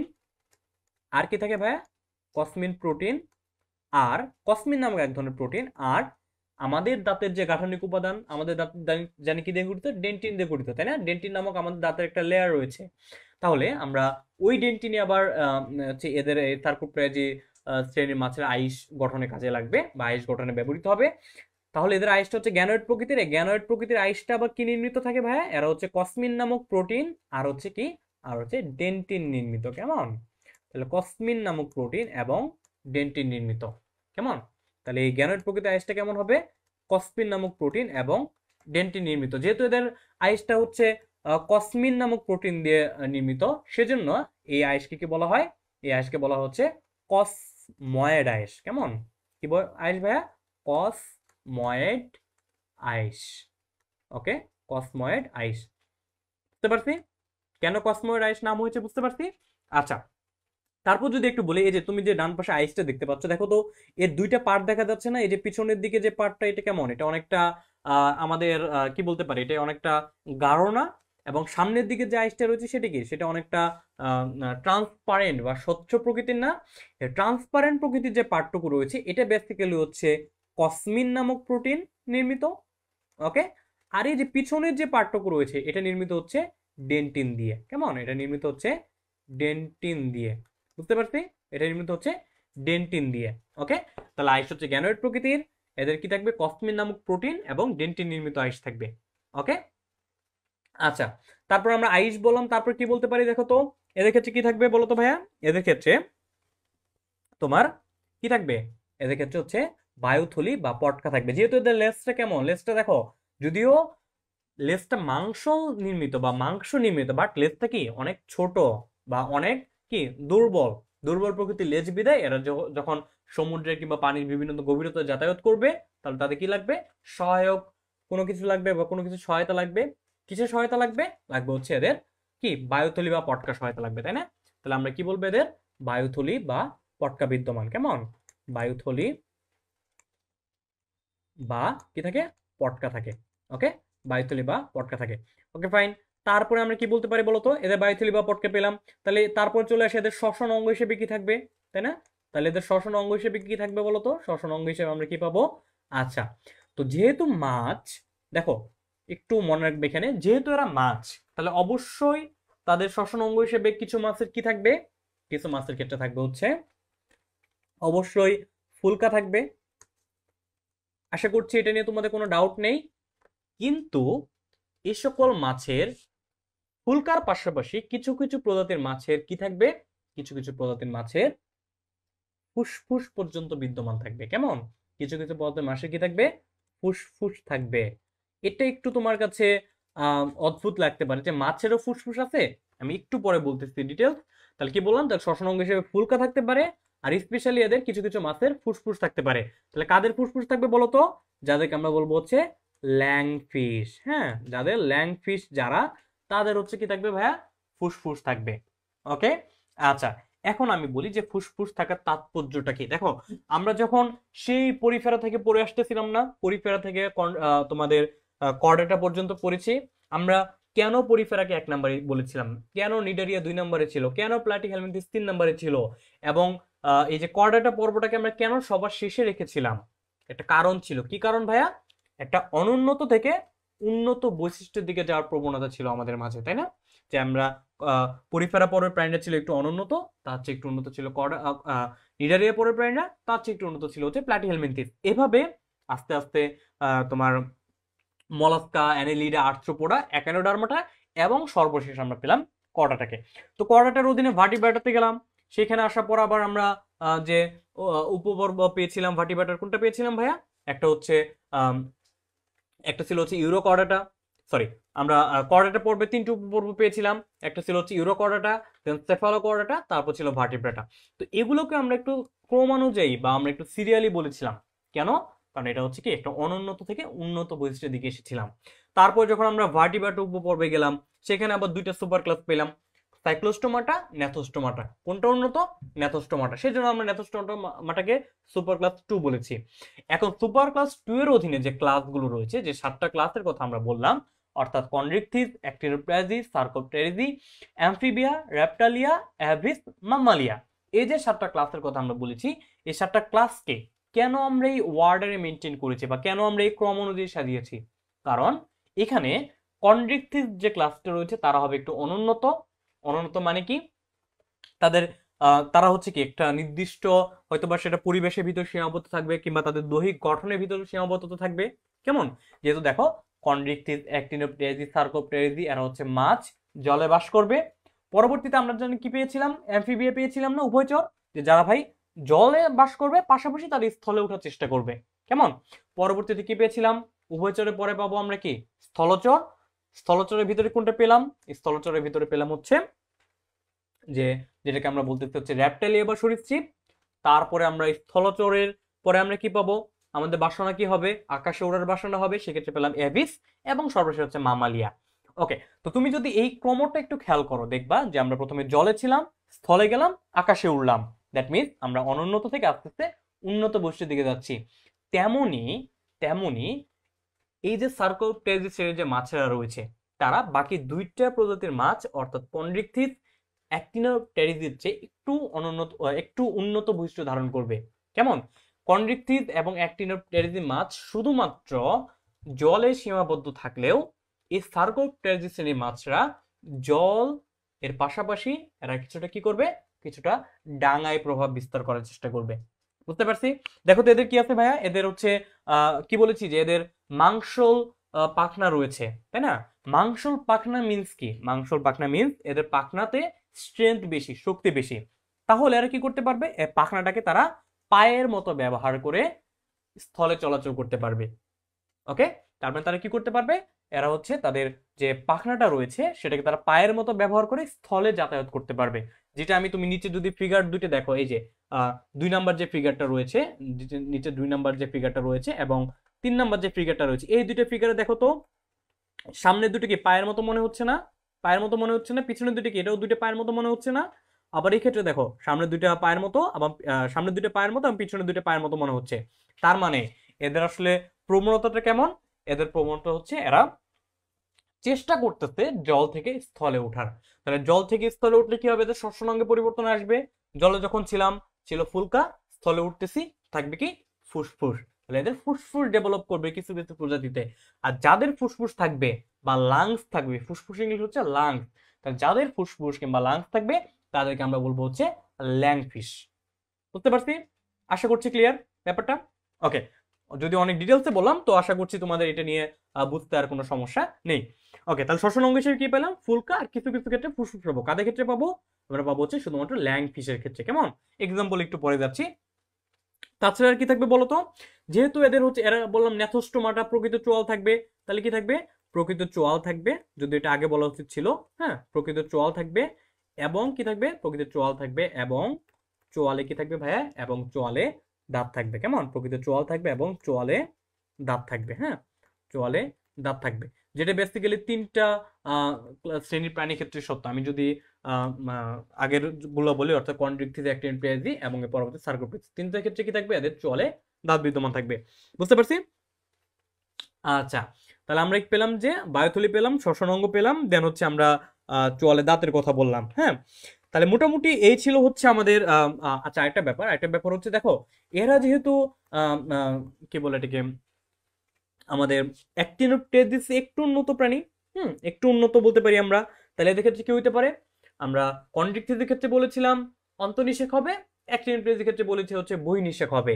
বাট এই যে সার্কোপটেরিজ শ্রেণীর যে মাছ রয়েছে তাদের তাদের কিছু কিছু মাছের ক্ষেত্রে কি হবে, কিছু কিছু মাছের ক্ষেত্রে অন্তঃনিষেক হবে, কিছু কিছু মাছের ক্ষেত্রে বহির্নিষেক হবে। তাহলে কি বলবো আমরা, বলবো হচ্ছে এদের অন্তঃনিষেক, হ্যাঁ, অন্তঃনিষেক অথবা বহির্নিষেক হবে। কেমন, এদের ক্ষেত্রে অন্তঃনিষেক অথবা বহির্নিষেক দুইটা ক্রাইটেরিয়া হতে পারে, হ্যাঁ, অন্তঃনিষেক কিংবা বহির্নিষেক হতে পারে। বুঝতে পারছি? আচ্ছা, আশা করছি এতক্ষণ পর্যন্ত যে আলোচনা করলাম সার্কুলেটরি নিয়ে, আশা করছি এর মধ্যে তোমাদের কোনো কনফিউশন নেই। ওকে, আচ্ছা, তারপরে দেখো তো এদের কি বলতে পারি আমরা, এদেরকে আমরা বলতে পারি যে এদের কিছু কিছু মাছ, হ্যাঁ, কিছু কিছু মাছকে আমরা কি বললাম যে এদের ফুসফুস ডেভেলপ করবে, যেটাকে আমরা বলতেছি ল্যাংফিশ। তাছাড়া কিছু কিছু মাছ থাকবে যাদেরকে আমরা বলবো সিলকাস্থ, হুম, যাদেরকে আমরা বলবো কি সিলকাস্থ, সিলকাস্থ, হ্যাঁ, সিলকাস্থ বলবো কিছুদের। সিলকাস্থ যদি আমরা একটু এটাকে যদি আমরা একটু করার চেষ্টা করি যে কি বলে এটাকে, যদি এটার আমরা মানে বাংলাটা যদি একটু বোঝানোর চেষ্টা করি, দেখো সি, সরি ইংলিশে যদি বলি সিওএল, সিল কাস্থ, হ্যাঁ, তাহলে হচ্ছে সিল এ এন টি এ, সিলকান্ত। ওকে, সিলকান্ত কিংবা এটা বাংলা বলে হচ্ছে সিলকাস্থ। সিল মানে কি ভাইয়া, সিল মানে কি ভাইয়া, সিল মানে হচ্ছে কি, সিল্ক মানে হচ্ছে গহ্বর, হ্যাঁ, সিল্ক মানে হচ্ছে গহ্বর, সিল্ক কথাটা মানে হচ্ছে গহ্বর। আর অ্যান্থ, সিল্কান্থের অ্যান্থ মানে হচ্ছে ভাইয়া, অ্যালথ মানে হচ্ছে মেরুদণ্ড। কেমন, মেরুদণ্ড। ওকে, তাহলে কিছু কিছু মাছদের কি থাকবে, কিছু কিছু মাছদের মেরুদণ্ডের ভিতরে গহ্বর পাওয়া যাবে, ফাঁপা পাওয়া যাবে, তাদেরকে আমরা বলবো হচ্ছে সিল্কান্ত। তাহলে এই যে সার্কোপ্টেরিজ শ্রেণীর মাছরা বেসিক্যালি হবে দুই ধরনের, যদি আমি একটু বলি, বা দুইটা টাইপের মাছ পাবো। কিছু কিছুকে আমরা কি পাবো, কিছু কিছু পাবো হচ্ছে আমরা সিলকাস্থ, কি পাবো ভাইয়া, সিলকাস্থ। আর বাকি কিছু মাছ পাবো হচ্ছে কেমন, কিছু মাছ পাবো হচ্ছে যাদের আমরা বলবো হচ্ছে ল্যাংফিশ। ওকে, তাহলে সিলকাস্থর স্পেশালিটি কি বললাম, সিলকাস্থর স্পেশালিটি বললাম হচ্ছে এদের যে মেরুদণ্ডটা হবে গহ্বরযুক্ত। আর ল্যাংফিশ কেন বলছি, কারণ এদের শ্বসন অঙ্গ হিসেবে কি থাকবে, লাং বা ফুসফুস থাকবে। ওকে, তো এখন আমরা হচ্ছে এক্সাম্পলে চলে যাচ্ছি। দেখো এক্সাম্পলের ক্ষেত্রে এই যে এই সিলকাস্থ বা ল্যাংফিশ জাতীয় যত বা সার্কোপ্টেরিজ শ্রেণীর মাছের ক্ষেত্রে তুমি মনে রাখার চেষ্টা করবা, এই যে সবার বাম পাশে যে ফিগারটা রয়েছে এটা একটু মনে রাখার চেষ্টা করবা। এই ফিগারটা তুমি যাতে চোখ বন্ধ করে তুমি যদি এই ফিগারটার কথা চিন্তা করো, তাহলে যাতে তুমি বলতে পারো যে এদের ভাই পিন্ডাকার পাখনা আছে। তারপরে এদের হচ্ছে এই যে তোমার চিন্তা করতে পারো যে এদের কি থাকবে, এদের হচ্ছে তোমার আইসটা হতে পারে যে কসমিন বা কসমিন, বা হচ্ছে তোমার কসময়েড বা হচ্ছে গ্যানয়েড প্রকৃতির। তারপর তুমি চিন্তা করতে পারবা যে এদের লেজটা কেমন হবে, লেজের অংশ দুটো দেখো তো সমান হয়ে একত্রে মিলিত হয়ে গেছে, তাহলে আমরা বলবো লেজটা কেমন, লেজটা হচ্ছে ডাইফি সার্কাল বা ডাইফি সার্কাল যাই বলো। ওকে, আচ্ছা, তাহলে এক্সাম্পলের মধ্যে কি পাবো আমরা, এক্সাম্পলের মধ্যে সবার বাম পাশেরটা এটা হচ্ছে এটা হচ্ছে কি তোমার ভাই, এটা হচ্ছে জাস্ট এ মিনিট। আচ্ছা, এটা হচ্ছে একটা সিল্কাস্তো মাছ, হ্যাঁ, সিল্কাস্তো মাছ। এটা যদি আমি বইয়ের নামটা লিখি, বইয়ের নাম হচ্ছে ল্যাটিমারিয়া, হ্যাঁ, এটা বইয়ের নামটা হচ্ছে ল্যাটি, sorry, M E R I A, Latimeria, হ্যাঁ,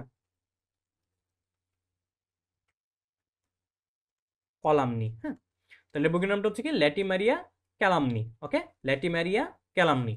আচ্ছা, ল্যাটিমেরিয়া কালামনি, যেটা আসলে আমরা সহজভাবে কি বলতে পারি, এটা সহজভাবে এটা বলতে পারি হচ্ছে আমরা এটা একটা সিল কাস্থ। ওকে, সিল কাস্থ, বুঝতে পারছি? কোথায় পাওয়া যাবে এটা, এটা বেসিক্যালি হচ্ছে আমাদের পশ্চিম ভারত মহাসাগরে পাওয়া যাবে। কেমন, এটা হচ্ছে পশ্চিম ভারত মহাসাগরে পাওয়া যায়, ভারত মহাসাগরে পাওয়া যায়। ওকে, ভারত মহাসাগরে পাওয়া যাবে এই সিল কাস্থ মাছটা। ওকে, বুঝতে পারছি? আচ্ছা, এই সিল্কাস্থ বা এই যে ল্যাটিমেরিয়া বললাম, এটা নিয়ে আরেকটা স্পেশালিটি একটু মনে রাখবা। এই ল্যাটিমেরিয়া যে আরেকটা স্পেশালিটি মনে রাখবা, সেটা কি, দেখো আমি প্রথমেই বলেছিলাম যখন আমি অ্যাক্টিভ পেজে পড়াচ্ছিলাম যে অ্যাক্টিভ পেজে মাছরা সেই ডাইনোসরের আমল থেকে, অর্থাৎ সেই প্রাগৈতিহাসিক কাল থেকে কি হয়ে আসছে, বিবর্তিত হইতে হইতে চলে আসছে। তার মানে এদের কিছু কিছু মাছ, বেশিরভাগ মাছ কি হয়ে গেছে, বিলুপ্ত হয়ে গেছে, কিছু মাছ জীবিত অবস্থায় রয়েছে। ওকে, আর আমরা জানি কোনো একটা নির্দিষ্ট ক্লাসের অধীনে বা নির্দিষ্ট একটা শ্রেণীভুক্ত কোনো একটা প্রাণীটা, যদি কোনো একটা প্রাণীর বেশিরভাগ সদস্য যদি বিলুপ্ত হয়ে তার অবশিষ্টাংশ রূপে বা তার যে স্মৃতি বহনকারী যদি দু একটা মাছ থেকে যায়, তখন দেন সেটাকে, বা দু একটা প্রাণী থেকে যায়, তখন দেন সেটা কি বলি, জীবন্ত জীবাশ্ম বলি, তাই না? তাহলে এই যে লেটিমারিয়া রয়েছে, এটা কি একটা ভাইয়া, এরা হচ্ছে একটা জীবন্ত জীবাশ্ম। কেমন, এটা একটা জীবন্ত জীবাশ্ম বা লিভিং ফসিল। বুঝতে পারছি? তাহলে লেটিমারিয়া যে মাছ রয়েছে সেটাকে আমরা কি বলবো, সিলকাস্ট রয়েছে, এরা হচ্ছে জীবন্ত জীবাশ্ম বা কি জীবন্ত জীবাশ্ম বা লিভিং ফসিল। বুঝতে পারছি কেন? কারণ এদের যে এদের সহচর বা এদের যে আশেপাশের বা এদের যে তোমার কি বলে এটাকে আহ, এদের যে গোত্রভুক্ত যত অন্যান্য যত প্রজাতি রয়েছে তারা বেশিরভাগই কি হয়ে গেছে, বিলুপ্ত হয়ে গেছে। কেমন? আচ্ছা, তার পরবর্তী ফিগারটা দেখো তো। পরবর্তী ফিগারটা যদি আমি একটু বইয়ের নামটা লিখে দেই, সেটা হচ্ছে দেখো নিও নিও ক্যারাটোডাস, নিও ক্যারাটোডাস। হ্যাঁ, নিও ক্যারাটোডাস, দেন হচ্ছে ফস্টেরি, ফর্স সরি ফর্স্টেরি। কেমন? ওকে, তো যেভাবে উচ্চারণ করো, স্পেলিং নিয়ে সমস্যা নেই। যাই হোক, দেখো নিওক্যাটারাস ফস্টোরি, এই যে মাছটা, এই মাছের ক্ষেত্রে আমি কি বলেছিলাম, এদের ক্ষেত্রে দেখো তো আমরা পায়ের মতো অংশ পেয়েছিলাম না? দ্যাট মিন্স এরা কি করেছিল, কিসের চেষ্টা করেছিল? এরা জলের গণ্ডি থেকে বেরিয়ে এরা স্থলের দিকে অগ্রসর হয়েছিল। দ্যাট মিন্স এদের ক্ষেত্রে কি ডেভেলপ করেছিল, ফুসফুস ডেভেলপ করেছিল। তাহলে এদেরকে আমরা কি বলতে পারি? এদেরকে আমরা বলতে পারি হচ্ছে ল্যাংফিশ। কেমন? এদেরকে আমরা কি বলবো? ল্যাংফিশ। হ্যাঁ, ল্যাংফিশ, এরা হচ্ছে ল্যাংফিশ। কেমন? তার পরবর্তী দেখো, এটা হচ্ছে একটা ল্যাংফিশের ফিগার। বুঝতে পারছি? আচ্ছা, যদিও আমি বারবার বলতেছি যে আসলে এই যে ইগুলো যে মনে রাখার ব্যাপার আছে, অর্থাৎ আমাদের যে এই কি বলে এটাকে, যে এক্সাম্পল গুলো যেগুলো রয়েছে এগুলো চেষ্টা করবো হচ্ছে নিজের মতো করে মনে রাখা। তোমার যে এক্সাম্পলটা মনে রাখলে তুমি পরীক্ষায় মনে করে লিখতে পারবা, যেটা তোমার কাছে ইজি মনে হবে সেটা মনে রাখার চেষ্টা করবা। কেমন? তা আমি যদিও তোমাদেরকে একটা কথা বারবার বললাম যে চেষ্টা করবা প্রত্যেকটা পর্ব পড়ার সময়, প্রত্যেকটা শ্রেণী পড়ার সময়, বা এই যে শ্রেণীবিন্যাস অধ্যায়টা পড়ার সময় যে জিনিসটা নিয়ে পড়বা ওই জিনিসের একটা ফিগার মাথায় গেঁথে নেওয়ার চেষ্টা করবা, যেন তোমার সেটা এমসিকিউ আনসার করার জন্য প্রয়োজন হোক বা সিকিউ আনসার করার জন্য প্রয়োজন হোক, তুমি যাতে সেটাকে ভিজুয়ালাইজ করে সেখান থেকে ইনফরমেশন তুমি কি বের করে আনতে পারো। বুঝতে পারছি? আচ্ছা, তাহলে এই ছিল মোটামুটি আমাদের এই সার্কোপটেরিতে, অর্থাৎ আমাদের তিনটে যে মাছের শ্রেণী রয়েছিল সেই তিনটা মাছের শ্রেণী নিয়ে বিস্তারিত। কেমন? তো আমরা যদি একটু পরবর্তী টপিকে যাই, পরবর্তী দেখো আমি একটা মজার টপিক রেখেছি, সেটা হচ্ছে মাছ সমাচার। হ্যাঁ, মাছ সমাচার। বেসিক্যালি আমরা আসলে প্রাণীর শ্রেণীবিন্যাস পড়তে পড়তে মোটামুটি আমাদের মাছ নিয়ে যত পড়াশোনা সেটা অনেকটা কমপ্লিট করে ফেলেছি। তো মাছ নিয়ে পড়াশোনা যেহেতু কমপ্লিট করেছি, তাহলে মাছ নিয়ে একটু রিভিউ করে দেই মাছ সমাচার টপিকের অধীনে। কেমন? তো দেখো আমরা আসলে যখন ভার্টিব্রাটা তোমার উপপর্বটা পড়েছিলাম তখন বলেছিলাম যে এর হচ্ছে আহ, দুইটা সুপার ক্লাস। হ্যাঁ, একটা ছিল সাইক্লোস্টোমাটা, একটা ছিল ন্যাথোস্টোমাটা। সাইক্লোস্টোমাটা অনুন্নত, ন্যাথোস্টোমাটা একটু উন্নত। সাইক্লোস্টোমাটা গোল চোয়াল ছিল, ন্যাথোস্টোমাটা প্রকৃত চোয়াল ছিল, জোড়পাঙ্গ ছিল। কেমন? সাইক্লোস্টোমাটা যখন আমরা অধিশ্রেণী পড়েছি বা সুপার ক্লাস পড়েছি, সেখানে দুইটা ক্লাস ছিল, মিক্সদিনি এবং প্যাট্রোমাইজেন্টিডা। কেমন? এবং দুইটা ক্লাসের প্রাণীদেরকে আমরা কি বলবো? এদেরকে আমরা বলবো মাছ। ওকে, তাহলে আমাদের মাছ নিয়ে, মাছ বলতে আসলে আমরা কাদের কাদের বুঝবো? মাছ বলতে আমরা বুঝবো, দেখো আমরা যদি মাছ নিয়ে বলি যে আমাদের টোটাল ওভারঅল তাহলে আমাদের মাছ বলতে কাদের কাদের বুঝবো? বুঝবো হচ্ছে বুঝবো হচ্ছে ক্লাস মিক্সদিনি, বুঝবো হচ্ছে ক্লাস পেট্রোমাইজেন্টিডা, বুঝবো হচ্ছে ক্লাস কন্ড্রিকথিস, বুঝবো হচ্ছে ক্লাস সার্কোপটেরাজি এবং অ্যাক্টিনোপটেরিজি। কেমন? আচ্ছা, এই যে এটা নিয়ে আবার সেফালোস্পিডোমরফি নিয়ে আবার কনফিউজড হয় না। সেফালোস্পিডোমরফিটা কি? এটা হচ্ছে আসলে একটা কি এই পেট্রোমাইজেন্টিডারই একটা অন্য নাম হচ্ছে সেফালোস্পিডোমরফি। কেমন? এদেরকে আমরা বলেছিলাম কি, এদেরকে বলা হয় ল্যাম্প্রে, তাই না? এদেরকে ল্যাম্প্রে বলা হয়। আর মিক্সদিনি শ্রেণীর মাছদের বলছিলাম আমরা হ্যাগফিশ। কেমন? আচ্ছা, তাহলে আমরা কয়েকটা ক্রাইটেরিয়ার ভিত্তিতে যদি আমরা একটু পৃথক করার চেষ্টা করি, দেখো তো পারি কিনা। একটু যদি চেষ্টা করে দেখি, যে প্রথমে আমরা চেষ্টা করব হচ্ছে যেহেতু আমরা রিভিউ করতেছি, তাহলে আমরা চেষ্টা করি, যেহেতু 5টা টোটাল মাছের শ্রেণী পেলাম, কোন কোন মাছগুলো তরুণাস্থি নির্মিত, কোন কোন মাছগুলো অস্থি নির্মিত, অর্থাৎ অন্তকঙ্কাল গুলো যদি আমি একটু বলার চেষ্টা করি, তাহলে দেখো এই যে প্রথম তিনটা শ্রেণী, অর্থাৎ মিক্সিনি, দেন হচ্ছে পেট্রোমাইজেন্টিডা কিংবা সেফালোস্পিডোমরফি একই নাম, আর হচ্ছে কন্ড্রিকথিস, এই তিনটা শ্রেণীর যে মাছেরা রয়েছে, এই তিনটা শ্রেণীর যে মাছেরা রয়েছে, এদের অন্তকঙ্কাল হচ্ছে কেমন? তরুণাস্থিময়। তাহলে আমরা এদের কি বলবো ভাই? এদের অন্তকঙ্কাল হচ্ছে, এদের অন্তকঙ্কাল কেমন? এদের অন্তকঙ্কাল হচ্ছে তরুণাস্থি নির্মিত। কেমন? এদের অন্তকঙ্কাল হচ্ছে তরুণাস্থি নির্মিত। তরুণাস্থি নির্মিত। বুঝতে পেরেছি? তাহলে এটা ছিল আমাদের একটা ক্রাইটেরিয়া। যে অন্তকঙ্কালের ভিত্তিতে কি বলতে পারি যে টোটাল 5টা শ্রেণীর মাছ রয়েছে, তার ভিতরে মিগদিনি, সেফালোস্পিরোমরফি কিংবা পেট্রোমাইজেন্টিরা, যাই বলো একই নাম, আর এই কনড্রিকথিস, এই তিনটে হচ্ছে তরুণাস্থিময় মাছের শ্রেণী। তাহলে যত তরুণাস্থি নির্মিত মাছ রয়েছে, যত মাছের অন্তকঙ্কাল তরুণাস্থিময়, তারা সবাই এই তিনটে শ্রেণীতে পড়বে। ওকে, বাকি কি থাকলো তাহলে আমাদের? বাকি থাকলো হচ্ছে আমাদের অস্থি নির্মিত মাছ। ওকে, তো দেখো এই যে তিনটা শ্রেণীর মাছ অর্থাৎ মিগদিনি, সেফালোস্পিরোমরফি এবং কনড্রিকথিস, এদেরকে আমরা বলতে তরুণাস্থি নির্মিত, বা এদেরকে কম্বাইন্ডলি আমরা আবার বলতে পারি কি ভাইয়া, এদেরকে আমরা কম্বাইন্ডলি বলতে পারি হচ্ছে কনড্রিকথিস। কম্বাইন্ডলি কনড্রিকথিস বলতে পারি, যদি তোমরা কনফিউজড হয়ে যাবে এই ক্ষেত্রে। ওকে, আচ্ছা দেখ, সেটা আমি বলতেছি না। কেন কনড্রিকথিস বলতাম? কারণ এদের আসলে এটা হচ্ছে তরুণাস্থি নির্মিত, কেমন, যাই হোক। ওকে, তো পরবর্তী এটা যদি আমি দেখি যে বাকি যে দুইটা ক্লাস রইল অর্থাৎ সার্কোপটেরিজি এবং অ্যাক্টিনোপটেরিজি, তাহলে এদের অন্তকঙ্কালটা কেমন হবে বলতো ভাইয়া? এদের অন্তকঙ্কালটা হবে হচ্ছে অস্থি নির্মিত। হ্যাঁ, অস্থি নির্মিত। এদের অন্তকঙ্কালটা হবে ভাইয়া অস্থি নির্মিত। সেজন্য এদের আরেকটা নাম রয়েছে। এদের অন্তকঙ্কাল যেহেতু অস্থি নির্মিত, সেজন্য এদেরকে কি বলা হয়? সেজন্য এদেরকে সমষ্টিগতভাবে বলা হয় অস্টিকথিস। সমষ্টিগতভাবে বলা হয় ভাইয়া অস্টিকথিস। বুঝতে পারছি? ওকে, তাহলে তরুণাস্থি নির্মিত কারা কারা? হচ্ছে মিগদিনি, সেফালোস্পিরোমরফি কিংবা পেট্রোমাইজেন্টিডা, আর হচ্ছে কনড্রিকথিস, এই তিনটে শ্রেণী মাছেরা। আর সার্কোপটেরিজি এবং অ্যাক্টিনোপটেরিজি শ্রেণী মাছেরা হচ্ছে অস্থি নির্মিত, বা এদের অন্তকঙ্কাল হচ্ছে অস্থি নির্মিত। তারপর যদি আমি বলি যে যদি লেজের ভিত্তিতে বলি, তাহলে দেখো আমি এই যে মিক্সদিনি শ্রেণীর মাছগুলো যে হচ্ছে হ্যাগফিশ রয়েছে, তাদের কোনো পুচ্ছ পাখনা নেই। কেন ভাই? আমরা আগে থেকে বলে আসতেছি বারবার যে এগুলো আসলে একটা বিবর্তনের ক্রম। বিবর্তনের ক্রম বলতে পারো, কিংবা আসলে এটা হচ্ছে অনুন্নত বৈশিষ্ট্য থেকে উন্নত বৈশিষ্ট্যের দিকে যাওয়ার একটা ক্রম। হ্যাঁ, দেখো মিগদিনি শ্রেণীর মাছের কোনো কি নেই, কোনো পুচ্ছ পাখনাই নেই। হ্যাঁ, পুচ্ছ পাখনাই নেই। আবার এই যে সেফালোস্পিরোমরফি কিংবা পেট্রোমাইজেন্টিডা শ্রেণীর মাছের পুচ্ছ পাখনা গঠন হওয়া শুরু করছে কেবল। কনড্রিকথিসের ক্ষেত্রে পুচ্ছ পাখনা গঠিত হয়েছে, বাট সেটা কেমন? পেশল, পেশিযুক্ত, একচুয়াল পাখনাটা হয় নাই। বাট এই যে যখন আমরা অ্যাক্টিনোপটেরিজিতে যাব, যখন আমরা সার্কোপটেরিজিতে যাব, তখন দেখবো কি আমাদের প্রকৃত অর্থেই আমাদের কি রয়েছে? আমাদের লেজ গঠিত হয়েছে। ওকে, আচ্ছা, তারপর আমরা কি বলতে পারি বলতো? তারপর বলতে পারি যে এই যে আমরা যত মাছের ক্ষেত্রে যে আমরা প্রত্যেকটা মাছের আলাদা আলাদা আইস পেয়েছিলাম, তাই না?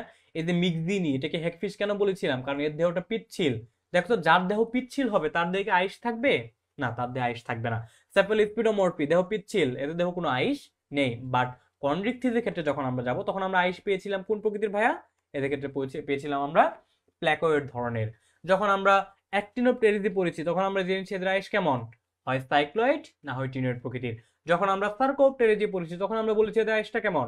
এদের আইসটা হচ্ছে হয় এদের আইসটা হচ্ছে গ্যানয়েড প্রকৃতির, কিংবা বলতে পারি এদের আইসটা কেমন? কসময়েড প্রকৃতির। কেন? কারণ এদের আইসটা হচ্ছে কসমিন নামক প্রোটিন এবং ডেন্টিন নির্মিত। বুঝতে পারছি? আচ্ছা, তারপরে ইন জেনারেল যদি আমি একটা কথা বলি যে মাছ, এরা যেহেতু ভার্টিব্রেটা উপপর্বের প্রাণী, তার মানে এদের কি থাকবে? অবশ্যই রক্ত সংবহনতন্ত্র থাকবে এবং বদ্ধ রক্ত সংবহনতন্ত্র থাকবে, তাই কিনা? তাহলে এদের ক্ষেত্রে কি থাকবে? মাছের ক্ষেত্রে অবশ্যই বদ্ধ রক্ত সংবহনতন্ত্র থাকবে। যারা প্রথম থেকে ক্লাসগুলো করেছো, আগের ক্লাসগুলো করেছো, তাদের এই সম্পর্কে ভালো আইডিয়া আছে। কারণ আমরা জানি যে রক্ত সংবহনতন্ত্রের ভিত্তিতে দুই প্রকার হয়ে থাকে প্রাণীগুলো। আমাদের যদি আমরা পর্বভিত্তিক বলি, তাহলে হচ্ছে আমাদের যে কি বলে এটাকে, আমাদের মলাস্কা বড় প্রাণীরা হচ্ছে কেমন? এরা হচ্ছে অর্ধমুক্ত রক্ত সংবহনতন্ত্র, যেটা কাইন্ড অফ মুক্ত রক্ত সংবহনতন্ত্র বলতে পারি আমরা। তাছাড়া আমাদের যে রয়েছে হচ্ছে আর্থ্রোপোডা বড় প্রাণীরা, তারা হচ্ছে মুক্ত রক্ত সংবহনতন্ত্র থাকে। আর অ্যানিলিডা এবং কর্ডাটা বড় প্রাণীদের ক্ষেত্রে থাকে হচ্ছে বদ্ধ রক্ত সংবহনতন্ত্র। বুঝতে পারছি? তাহলে রক্ত সংবহনতন্ত্র কেমন? বদ্ধ প্রকৃতি। তাহলে বদ্ধ রক্ত সংবহনতন্ত্র থাকে কেমন? বদ্ধ রক্ত সংবহন তন্ত্র থাকে। ওকে, মাছের ক্ষেত্রে কি থাকবে? বদ্ধ রক্ত সংবহনতন্ত্র থাকবে। তাহলে ভাই বদ্ধ রক্ত সংবহনতন্ত্র থাকবে, তার মানে কি হবে? রক্তটা হৃৎপিণ্ড, হ্যাঁ, রক্তটা হৃৎপিণ্ড এবং রক্তনালীর ভিতরে সীমাবদ্ধ থাকবে। তাহলে হৃৎপিণ্ডের প্রকোষ্ঠটা জানতে হবে। তাহলে এদের হৃৎপিণ্ড কেমন? এদের হৃৎপিণ্ড হচ্ছে কেমন হবে ভাইয়া? মাছের হৃৎপিণ্ড হবে অনেকটা দেখতে এমন। হ্যাঁ, মাছের হৃৎপিণ্ড অনেকটা দেখতে হবে এমন। ওকে, আচ্ছা, জাস্ট এ মিনিট। মাছের হৃৎপিণ্ড দেখতে অনেকটা হবে এমন। ওকে, এমন। দেখো তো এখানে কয়টা প্রকোষ্ঠ দেখতে পাচ্ছ? হ্যাঁ, এখানে হচ্ছে দুইটা প্রকোষ্ঠ। কেমন? তাহলে হৃৎপিণ্ড কেমন হবে? হৃৎপিণ্ড হবে দ্বিপ্রকোষ্ঠী। সমস্ত মাছের হৃৎপিণ্ড হবে দ্বিপ্রকোষ্ঠী। ওকে, তাহলে হৃৎপিণ্ড কেমন হবে ভাইয়া? মাছের হৃৎপিণ্ড হবে দ্বিপ্রকোষ্ঠী। ওকে, মাছের হৃৎপিণ্ড হবে দ্বিপ্রকোষ্ঠী, হৃৎপিণ্ড হবে দ্বিপ্রকোষ্ঠী। হ্যাঁ, দ্বিপ্রকোষ্ঠী বা হৃৎপিণ্ডের প্রকোষ্ঠ থাকবে কয়টা? দুইটা। তাহলে দ্বিপ্রকোষ্ঠী হৃৎপিণ্ডে যদি দুইটা প্রকোষ্ঠ থাকে তাহলে আহ, আহ, তাহলে অবশ্যই কি থাকবে? একটা থাকবে হচ্ছে অ্যাট্রিয়াম বা অলিন্দ, আর একটা থাকবে হচ্ছে ভেন্ট্রিকল বা নিলয়। তাহলে দ্বিপ্রকোষ্ঠী হৃৎপিণ্ডের স্ট্রাকচারটা কেমন হবে? এরকম। তার মানে একটা থাকবে অ্যাট্রিয়াম, একটা থাকবে ভেন্ট্রিকল বা নিলয়। কেমন? এগুলো ছিল মোটামুটি মাছের আমাদের একটু একটু কথাবার্তা। ওকে, যেটা আমরা বলছি মাছ সমাচার। তো মাছ সমাচারে আমরা আরেকটা পার্ট যদি একটু দেখি দেখি বলতে আসলে আমরা এখন চেষ্টা করবো যে তিনটা শ্রেণীর যে মাছ রয়েছে, অর্থাৎ আমাদের যে কন্ড্রিকথিস, অ্যাক্টিনোপ্টেরিজ এবং যে সার্কোপ্টেরিজ রয়েছে, এই তিনটা মাছের ভিতরে আমরা একটু আসলে তুলনা করে ফেলার চেষ্টা করব। ওকে, এই তিনটা মাছকে আমরা যদি একটু তুলনা করে পড়ার চেষ্টা করি তাহলে আসলে আমরা কি পাবো? হ্যাঁ, তো আমরা যদি একটু জাস্ট একটু আমি একটু একটা চার্ট করে নিচ্ছি, কেমন?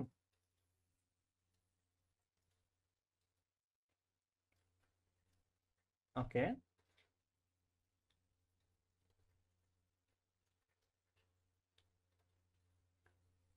আচ্ছা, কিছু বেসিক বৈশিষ্ট্য দিয়ে আমরা বেসিক্যালি পৃথক করব। এই বৈশিষ্ট্যগুলো আমি একটু আহ, দাঁড়াও, আমি একটু চার্টের মাধ্যমে তোমাদের বুঝিয়ে দেওয়ার চেষ্টা করতেছি, তাহলে তোমাদের জন্য ব্যাপারটা অনেকটা ইজি হয়ে যাবে। হ্যাঁ, আচ্ছা,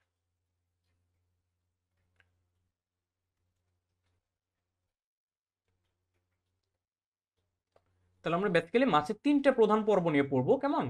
তিনটা প্রধান পর্ব নিয়ে আলোচনা করলে আমাদের সরি, তিনটা প্রধান শ্রেণী নিয়ে আলোচনা করলে আমাদের মোটামুটি মাছ সম্পর্কে আইডিয়া হয়ে যাবে। ওকে, তো ক্রাইটেরিয়া গুলো আমরা সবার বাম পাশে উল্লেখ করব। তারপরে আমরা হচ্ছে প্রথমে কন্ড্রিকথিস নিয়ে বলবো। হুম, তারপরে আমরা দেখবো হচ্ছে অ্যাক্টিনোপ্টেরিজি নিয়ে। তারপরে আমরা দেখবো জাস্ট এ মিনিট, ওকে, তারপরে দেখবো আমরা সার্কোপ্টেরিজি নিয়ে। ওকে, ওকে, ফাইন। তাহলে দেখো তো আমরা মাছের ক্ষেত্রে তাহলে কি বলতে পারি? প্রথমে আমাদের যে প্রথম ক্লাসটা হবে, যদি আমরা এখানে একটু টপিক দেই, এটা হচ্ছে ক্লাস। তিনটা ক্লাস যে বলেছিলাম, ক্লাসের মধ্যে তাহলে প্রথমটা হচ্ছে কি? কন্ড্রিকথিস। ওকে, কন্ড্রিকথিস। তারপর কি বলেছিলাম? তারপর বলেছিলাম হচ্ছে আমরা অ্যাক্টিনোপ্টেরিজি। হুম,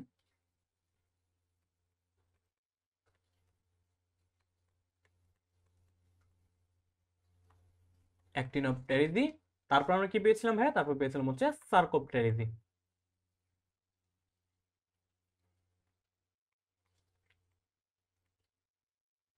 আচ্ছা, তাহলে ভাই আমরা জানি শুরু করেছিলাম কি দিয়ে? শুরু করেছিলাম হচ্ছে কন্ড্রিকথিস শ্রেণীর যে মাছ রয়েছে, বা আমরা আসলে প্রথমে শুরু করেছিলাম কি দিয়ে ভাইয়া? প্রথমে শুরু করেছিলাম হচ্ছে নাম দিয়ে, তাই না? তাহলে নামটা কি হবে বলো তো? কন্ড্রিকথিস শ্রেণীর মাছদের আমরা কি বলবো? এদেরকে বলবো হচ্ছে আমরা তরুণাস্থিময় মাছ। কেমন? এদেরকে বলবো হচ্ছে আমরা তরুণাস্থিময় মাছ। ওকে, তারপর একটা এমপ্রেসি শ্রেণীর মাছদের আমরা জানি কি বলেছিলাম, মনে আছে? বলেছিলাম রশ্মিময় পাখনাযুক্ত মাছ, তাই না? রশ্মিময় পাখনাযুক্ত মাছ। ওকে, ফাইন।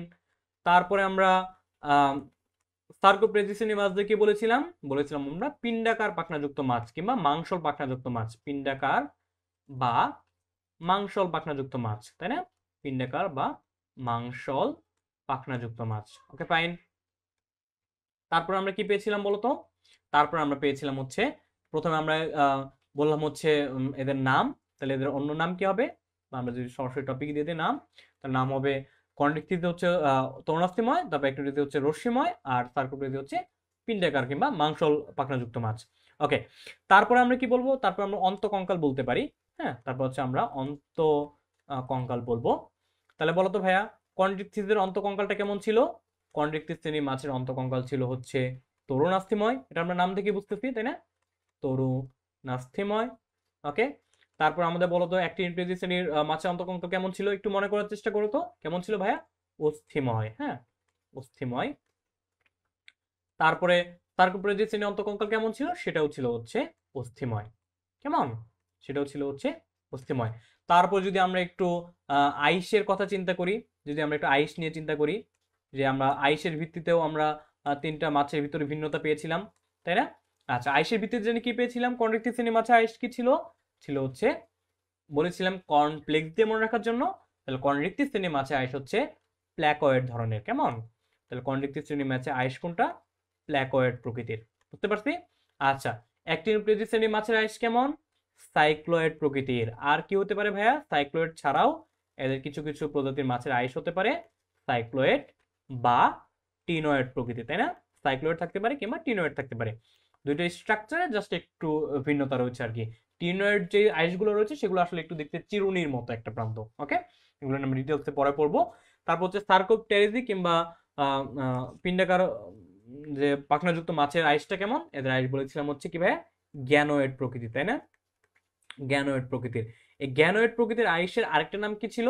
ছিল হচ্ছে কসময়েড। তাহলে আমরা কি বলবো ভাই? গ্যানোয়েড বা কসময়েড প্রকৃতির আইস। ওকে, তাহলে গ্যানোয়েড বা এর আইসটা হচ্ছে কি ভাইয়া? গ্যানোয়েড বা কসময়েড। Okay fine. তাহলে আমরা মোটামুটি আইসের কথা বললাম। তাহলে আমরা তারপর আমরা কি বলতে পারি বলতো? তারপর হচ্ছে আমরা লেজের কথা বলতে পারি। আমরা লেজ দেখে একটা মাছ আইডেন্টিফাই করতে পারি, কেমন? তাহলে যখন আমরা লেজ নিয়ে বলবো তখন কি হবে বলতো? এই যে কন্ড্রিকথিসের লেজটা কেমন ছিল? লেজটা ছিল অনেকটা এমন না? দেখো তো, এরকম না? আমরা যদি একটু চিত্রটা আগে দেওয়ার চেষ্টা করি, এমন ছিল কিনা? কন্ড্রিকথিসের মাছের লেজটা ছিল অনেকটা এমন। তার মানে এই লেজটাকে আমরা কি বলি ভাইয়া? এই লেজটাকে বলি হচ্ছে আমরা হ্যাটারো সার্কাল। যেহেতু পুচ্ছবাক্য অংশ দুটো কি অসমান, তাহলে আমরা এটা কি বলবো? হ্যাটারো সার্কাল লেজ। কেমন? লেজ হচ্ছে হ্যাটারো সার্কাল। লেজ হচ্ছে হ্যাটারো সার্কাল। Okay fine. তারপরে অ্যাক্টিনোপ্টেরিজ শ্রেণী মাছের লেজটা কেমন ছিল ভাইয়া? লেজটা ছিল অনেকটা এমন, যে আমরা যদি দেখি এমন, হ্যাঁ, অর্থাৎ দুইটা অংশ ছিল কেমন? লেজের দুইটা অংশ ছিল হচ্ছে সমান। ওকে, লেজের দুইটা অংশ ছিল হচ্ছে সমান। ওকে, দুইটা অংশ সমান, তাই না? তো দুইটা অংশ সমান যেহেতু, সেজন্য আমরা এটাকে কি বলেছিলাম? সমান কথাটা বোঝানোর জন্য আমরা একটা প্রিফিক্স ইউজ করি। সেটা কি? সেটা হচ্ছে হোমো। তাহলে আমরা কি বলবো? লেজটা কেমন? লেজ ছিল হচ্ছে হোমো সার্কাল প্রকৃতির। হোমো সার্কাল প্রকৃতির, বুঝতে পারছি? সার্কাল প্রকৃতির। ওকে, তারপর যখন আমরা সার্কোপটেরিজি পড়েছিলাম তখন আমরা লেজটা কিভাবে দেখিয়েছিলাম? লেজটা দেখেছিলাম অনেকটা এমন, হ্যাঁ, অনেকটা এমন লেজ ছিল, তাই না? এমন লেজ। এখানে কি ছিল বলতো? দুইটা লেজের দুইটা পার্ট একত্রিত হয়ে একটা লেজ গঠিত হয়েছিল না? একটা অংশ গঠিত হয়েছিল। সেজন্য আমরা এটাকে কি বলেছিলাম? ডাইফি সার্কাল প্রকৃতির। কেমন?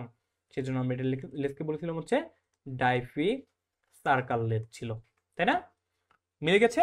ওকে, তারপরে কি ছিল বলতো? লেজের পরে আমরা বলেছিলাম যে পটকা বা বায়ুথলির ভিত্তিতে, পটকা বা বায়ুথলি, হ্যাঁ, পটকা বা বায়ুথলির কথা যদি আমরা একটু বলি, বায়ুথলি। দেখো তো কি বলেছিলাম ভাইয়া? কন্ড্রিক্টিভ শ্রেণীর মাছের কি পটকা বা বায়ুথলি ছিল? হ্যাঁ, কন্ড্রিক্টিভ শ্রেণীর মাছের ক্ষেত্রে পটকা, সরি, কন্ড্রিক্টিভ শ্রেণীর মাছের ক্ষেত্রে পটকা বা বায়ুথলি অনুপস্থিত। হ্যাঁ, বায়ুথলি নেই। বায়ুথলি নেই। কন্ড্রিক্টিভ শ্রেণীর মাছের ক্ষেত্রে কি নেই? পটকা বা বায়ুথলি অনুপস্থিত। আমরা নেই না বলে বলবো হচ্ছে অনুপস্থিত। অনুপস্থিত। ওকে, তারপর যদি আমরা অ্যাক্টিনোপ্টেরিজ শ্রেণীর মাছের কথা বলি, তাদের ক্ষেত্রে বায়ুথলি আছে? হ্যাঁ, বায়ুথলি উপস্থিত। বায়ুথলি উপস্থিত। এবং সার্কোপটেরিজ শ্রেণীর মাছের ক্ষেত্রে বায়ুথলি উপস্থিত। ওকে, আচ্ছা, তারপরে আমরা কি বলেছিলাম বলতো? বায়ুথলির পরে আমরা আরেকটা কি নিয়ে আলোচনা করতে পারি? শ্বসন অঙ্গ নিয়ে আলোচনা করতে পারি, তাই না? শ্বসন অঙ্গ। হুম, শ্বসন অঙ্গ। শ্বসন অঙ্গের ক্ষেত্রে ভিত্তিতে আমরা কন্ড্রিক্টিভের ক্ষেত্রে কি বলেছিলাম? এদের ক্ষেত্রে কি থাকবে? শ্বসন অঙ্গ হিসেবে কি থাকবে? শ্বসন অঙ্গ হিসেবে অবশ্যই ফুলকা থাকবে। ওকে, ফুলকা বিদ্যমান থাকবে।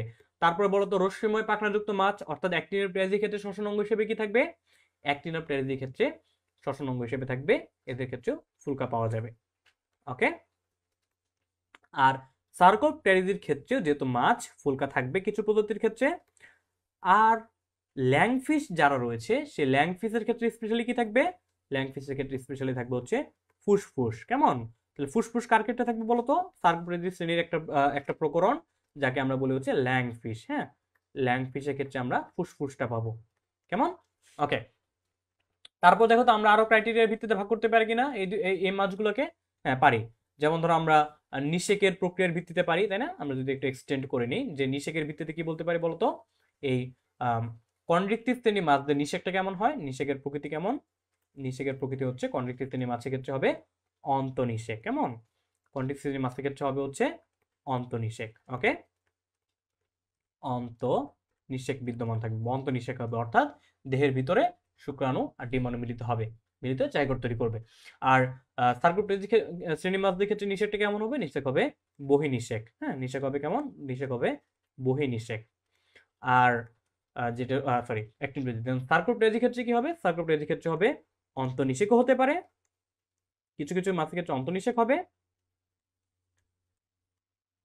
আর কিছু কিছু মাছের ক্ষেত্রে কি হতে পারে, বহির্নিষেক হতে পারে। তাহলে অন্তর্নিষেক বা, এদের ক্ষেত্রে কি হবে, অন্তর্নিষেক বা বলবো না আমরা, অন্তর্নিষেক এবং বহির্নিষেক হতে পারে, তাই না?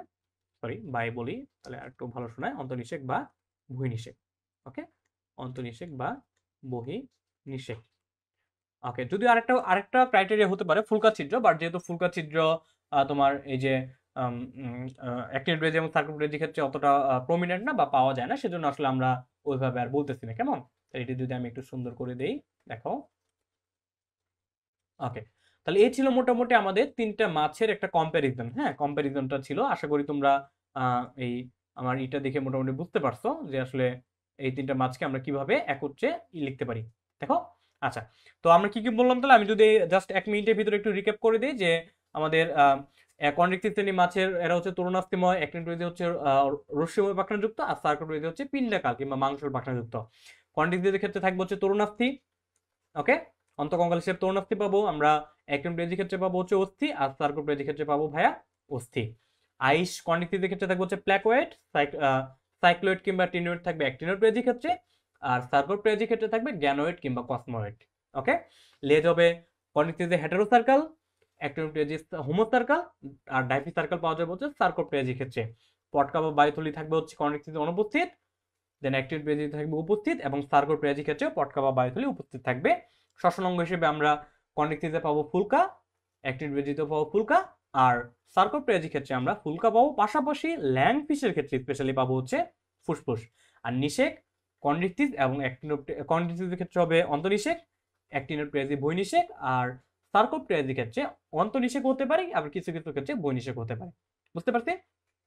এই ছিল মোটামুটি আমাদের মাছ নিয়ে বিস্তারিত। তার মধ্যে এই যে একটা চার্ট দিলাম আমি, এই চার্টের ভিতরে যে কম্প্যারিজনটা দেখানোর চেষ্টা করলাম, যারা ইন্টারমিডিয়েটে 26, 27 বা এসএসসি 25 বা হোয়াট এভার যারা এই ভিডিওটা দেখতেছো, তারা অবশ্যই অবশ্যই এই চার্ট ওয়াইজ একটু পড়ার চেষ্টা করবা। কেমন, তোমরা চাইলে এই চার্টটা একটা স্ক্রিনশট রাখতে পারো, কিংবা পরবর্তী যখন তোমরা নোট করবে সুন্দর করে এই চার্টটা তোমার একটা ভালো করে লিখে তুমি দেন পড়তে পারবা। তাহলে আশা করি তোমার এই যে মাছ নিয়ে আর কোনো প্রকার কোনো কনফিউশনে থাকতে হবে না। যদিও ক্লাসটা অনেক লেন্দি হয়ে গেল, বাট যাই হোক, আমরা চেষ্টা করেছি সম্পূর্ণ ক্লাসের ভিতরে মাছটা নিয়ে বিস্তারিত আলোচনা করে ফেলার। কেমন, এখান থেকে প্রচুর এমসিকিউ হয়, প্রতি বছরই এখান থেকে তোমরা বোর্ডে সিকিউ পাবা। কেমন, আচ্ছা, তো এই যে এখান থেকে যে একটা মাছের সমস্যার যে আমি চারটা করছি, এখান থেকে আমি একটু আরেকটু তোমাদের সহজ করার জন্য কয়েকটা ক্রাইটেরিয়া একটু আমি দাগিয়ে দিচ্ছি। যে অন্তঃকঙ্কালটা অবশ্যই মনে রাখবা স্পেশালি এমসিকিউর জন্য, দেন আইস, দেন হচ্ছে এই যে লেজ, এই তিনটা হচ্ছে খুবই খুবই ইম্পর্টেন্ট। হ্যাঁ, এমসিকিউর জন্য এই তিনটা ক্রাইটেরিয়া খুবই খুবই ইম্পর্টেন্ট। ওকে, বাকিগুলোও মনে রাখতে হবে, বাট এগুলো একটু ইম্পর্টেন্ট। আর আশা করছি আমি এই যে গত 1.5 ঘন্টায় আমি আসলে যেভাবে তোমাদের তিনটে ক্লাস নিয়ে আলোচনা করলাম, তারপরে আশা করছি তোমাদের আর এই মাছ নিয়ে কারো কোনো প্রকার কোনো কনফিউশন থাকার কথা না। ওকে, তো যাই হোক, আমরা মোটামুটি আজকে ক্লাসের শেষ পর্যায়ে চলে এসেছি। তো প্রথম থেকে যারা ক্লাসে ছিলে তাদেরকে অসংখ্য অসংখ্য ধন্যবাদ। তোমরা চেষ্টা করবে বাকি যে ক্লাসগুলো হবে সেই ক্লাসগুলো করার, অবশ্যই মনোযোগ দিয়ে করার চেষ্টা করবে। যেটা নোট করা সেটা নোট করে ফেলবে।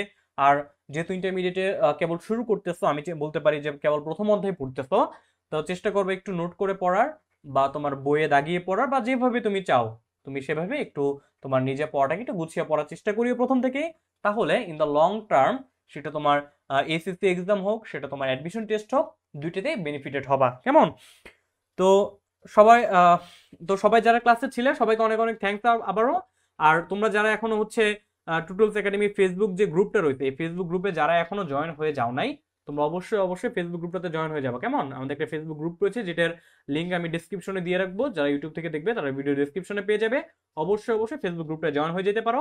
আর টিউটোরিয়ালস একাডেমি ইউটিউব চ্যানেলটা রয়েছে, যারা ইউটিউব থেকে দেখবে তারা অবশ্যই ইউটিউব চ্যানেলটা একটু সাবস্ক্রাইব করে দিবে, ভিডিওটাতে একটা লাইক দিয়ে দিবে, আর তোমার ফ্রেন্ডদের সাথে অবশ্যই ভিডিওটা শেয়ার করে দিবে। ওকে, তো আমাদের নেক্সট ক্লাস ইনশাল্লাহ আমরা পরবর্তী দিন লাইভে নিব। তো নেক্সট ক্লাসের জন্য অপেক্ষা করবে ইনশাল্লাহ।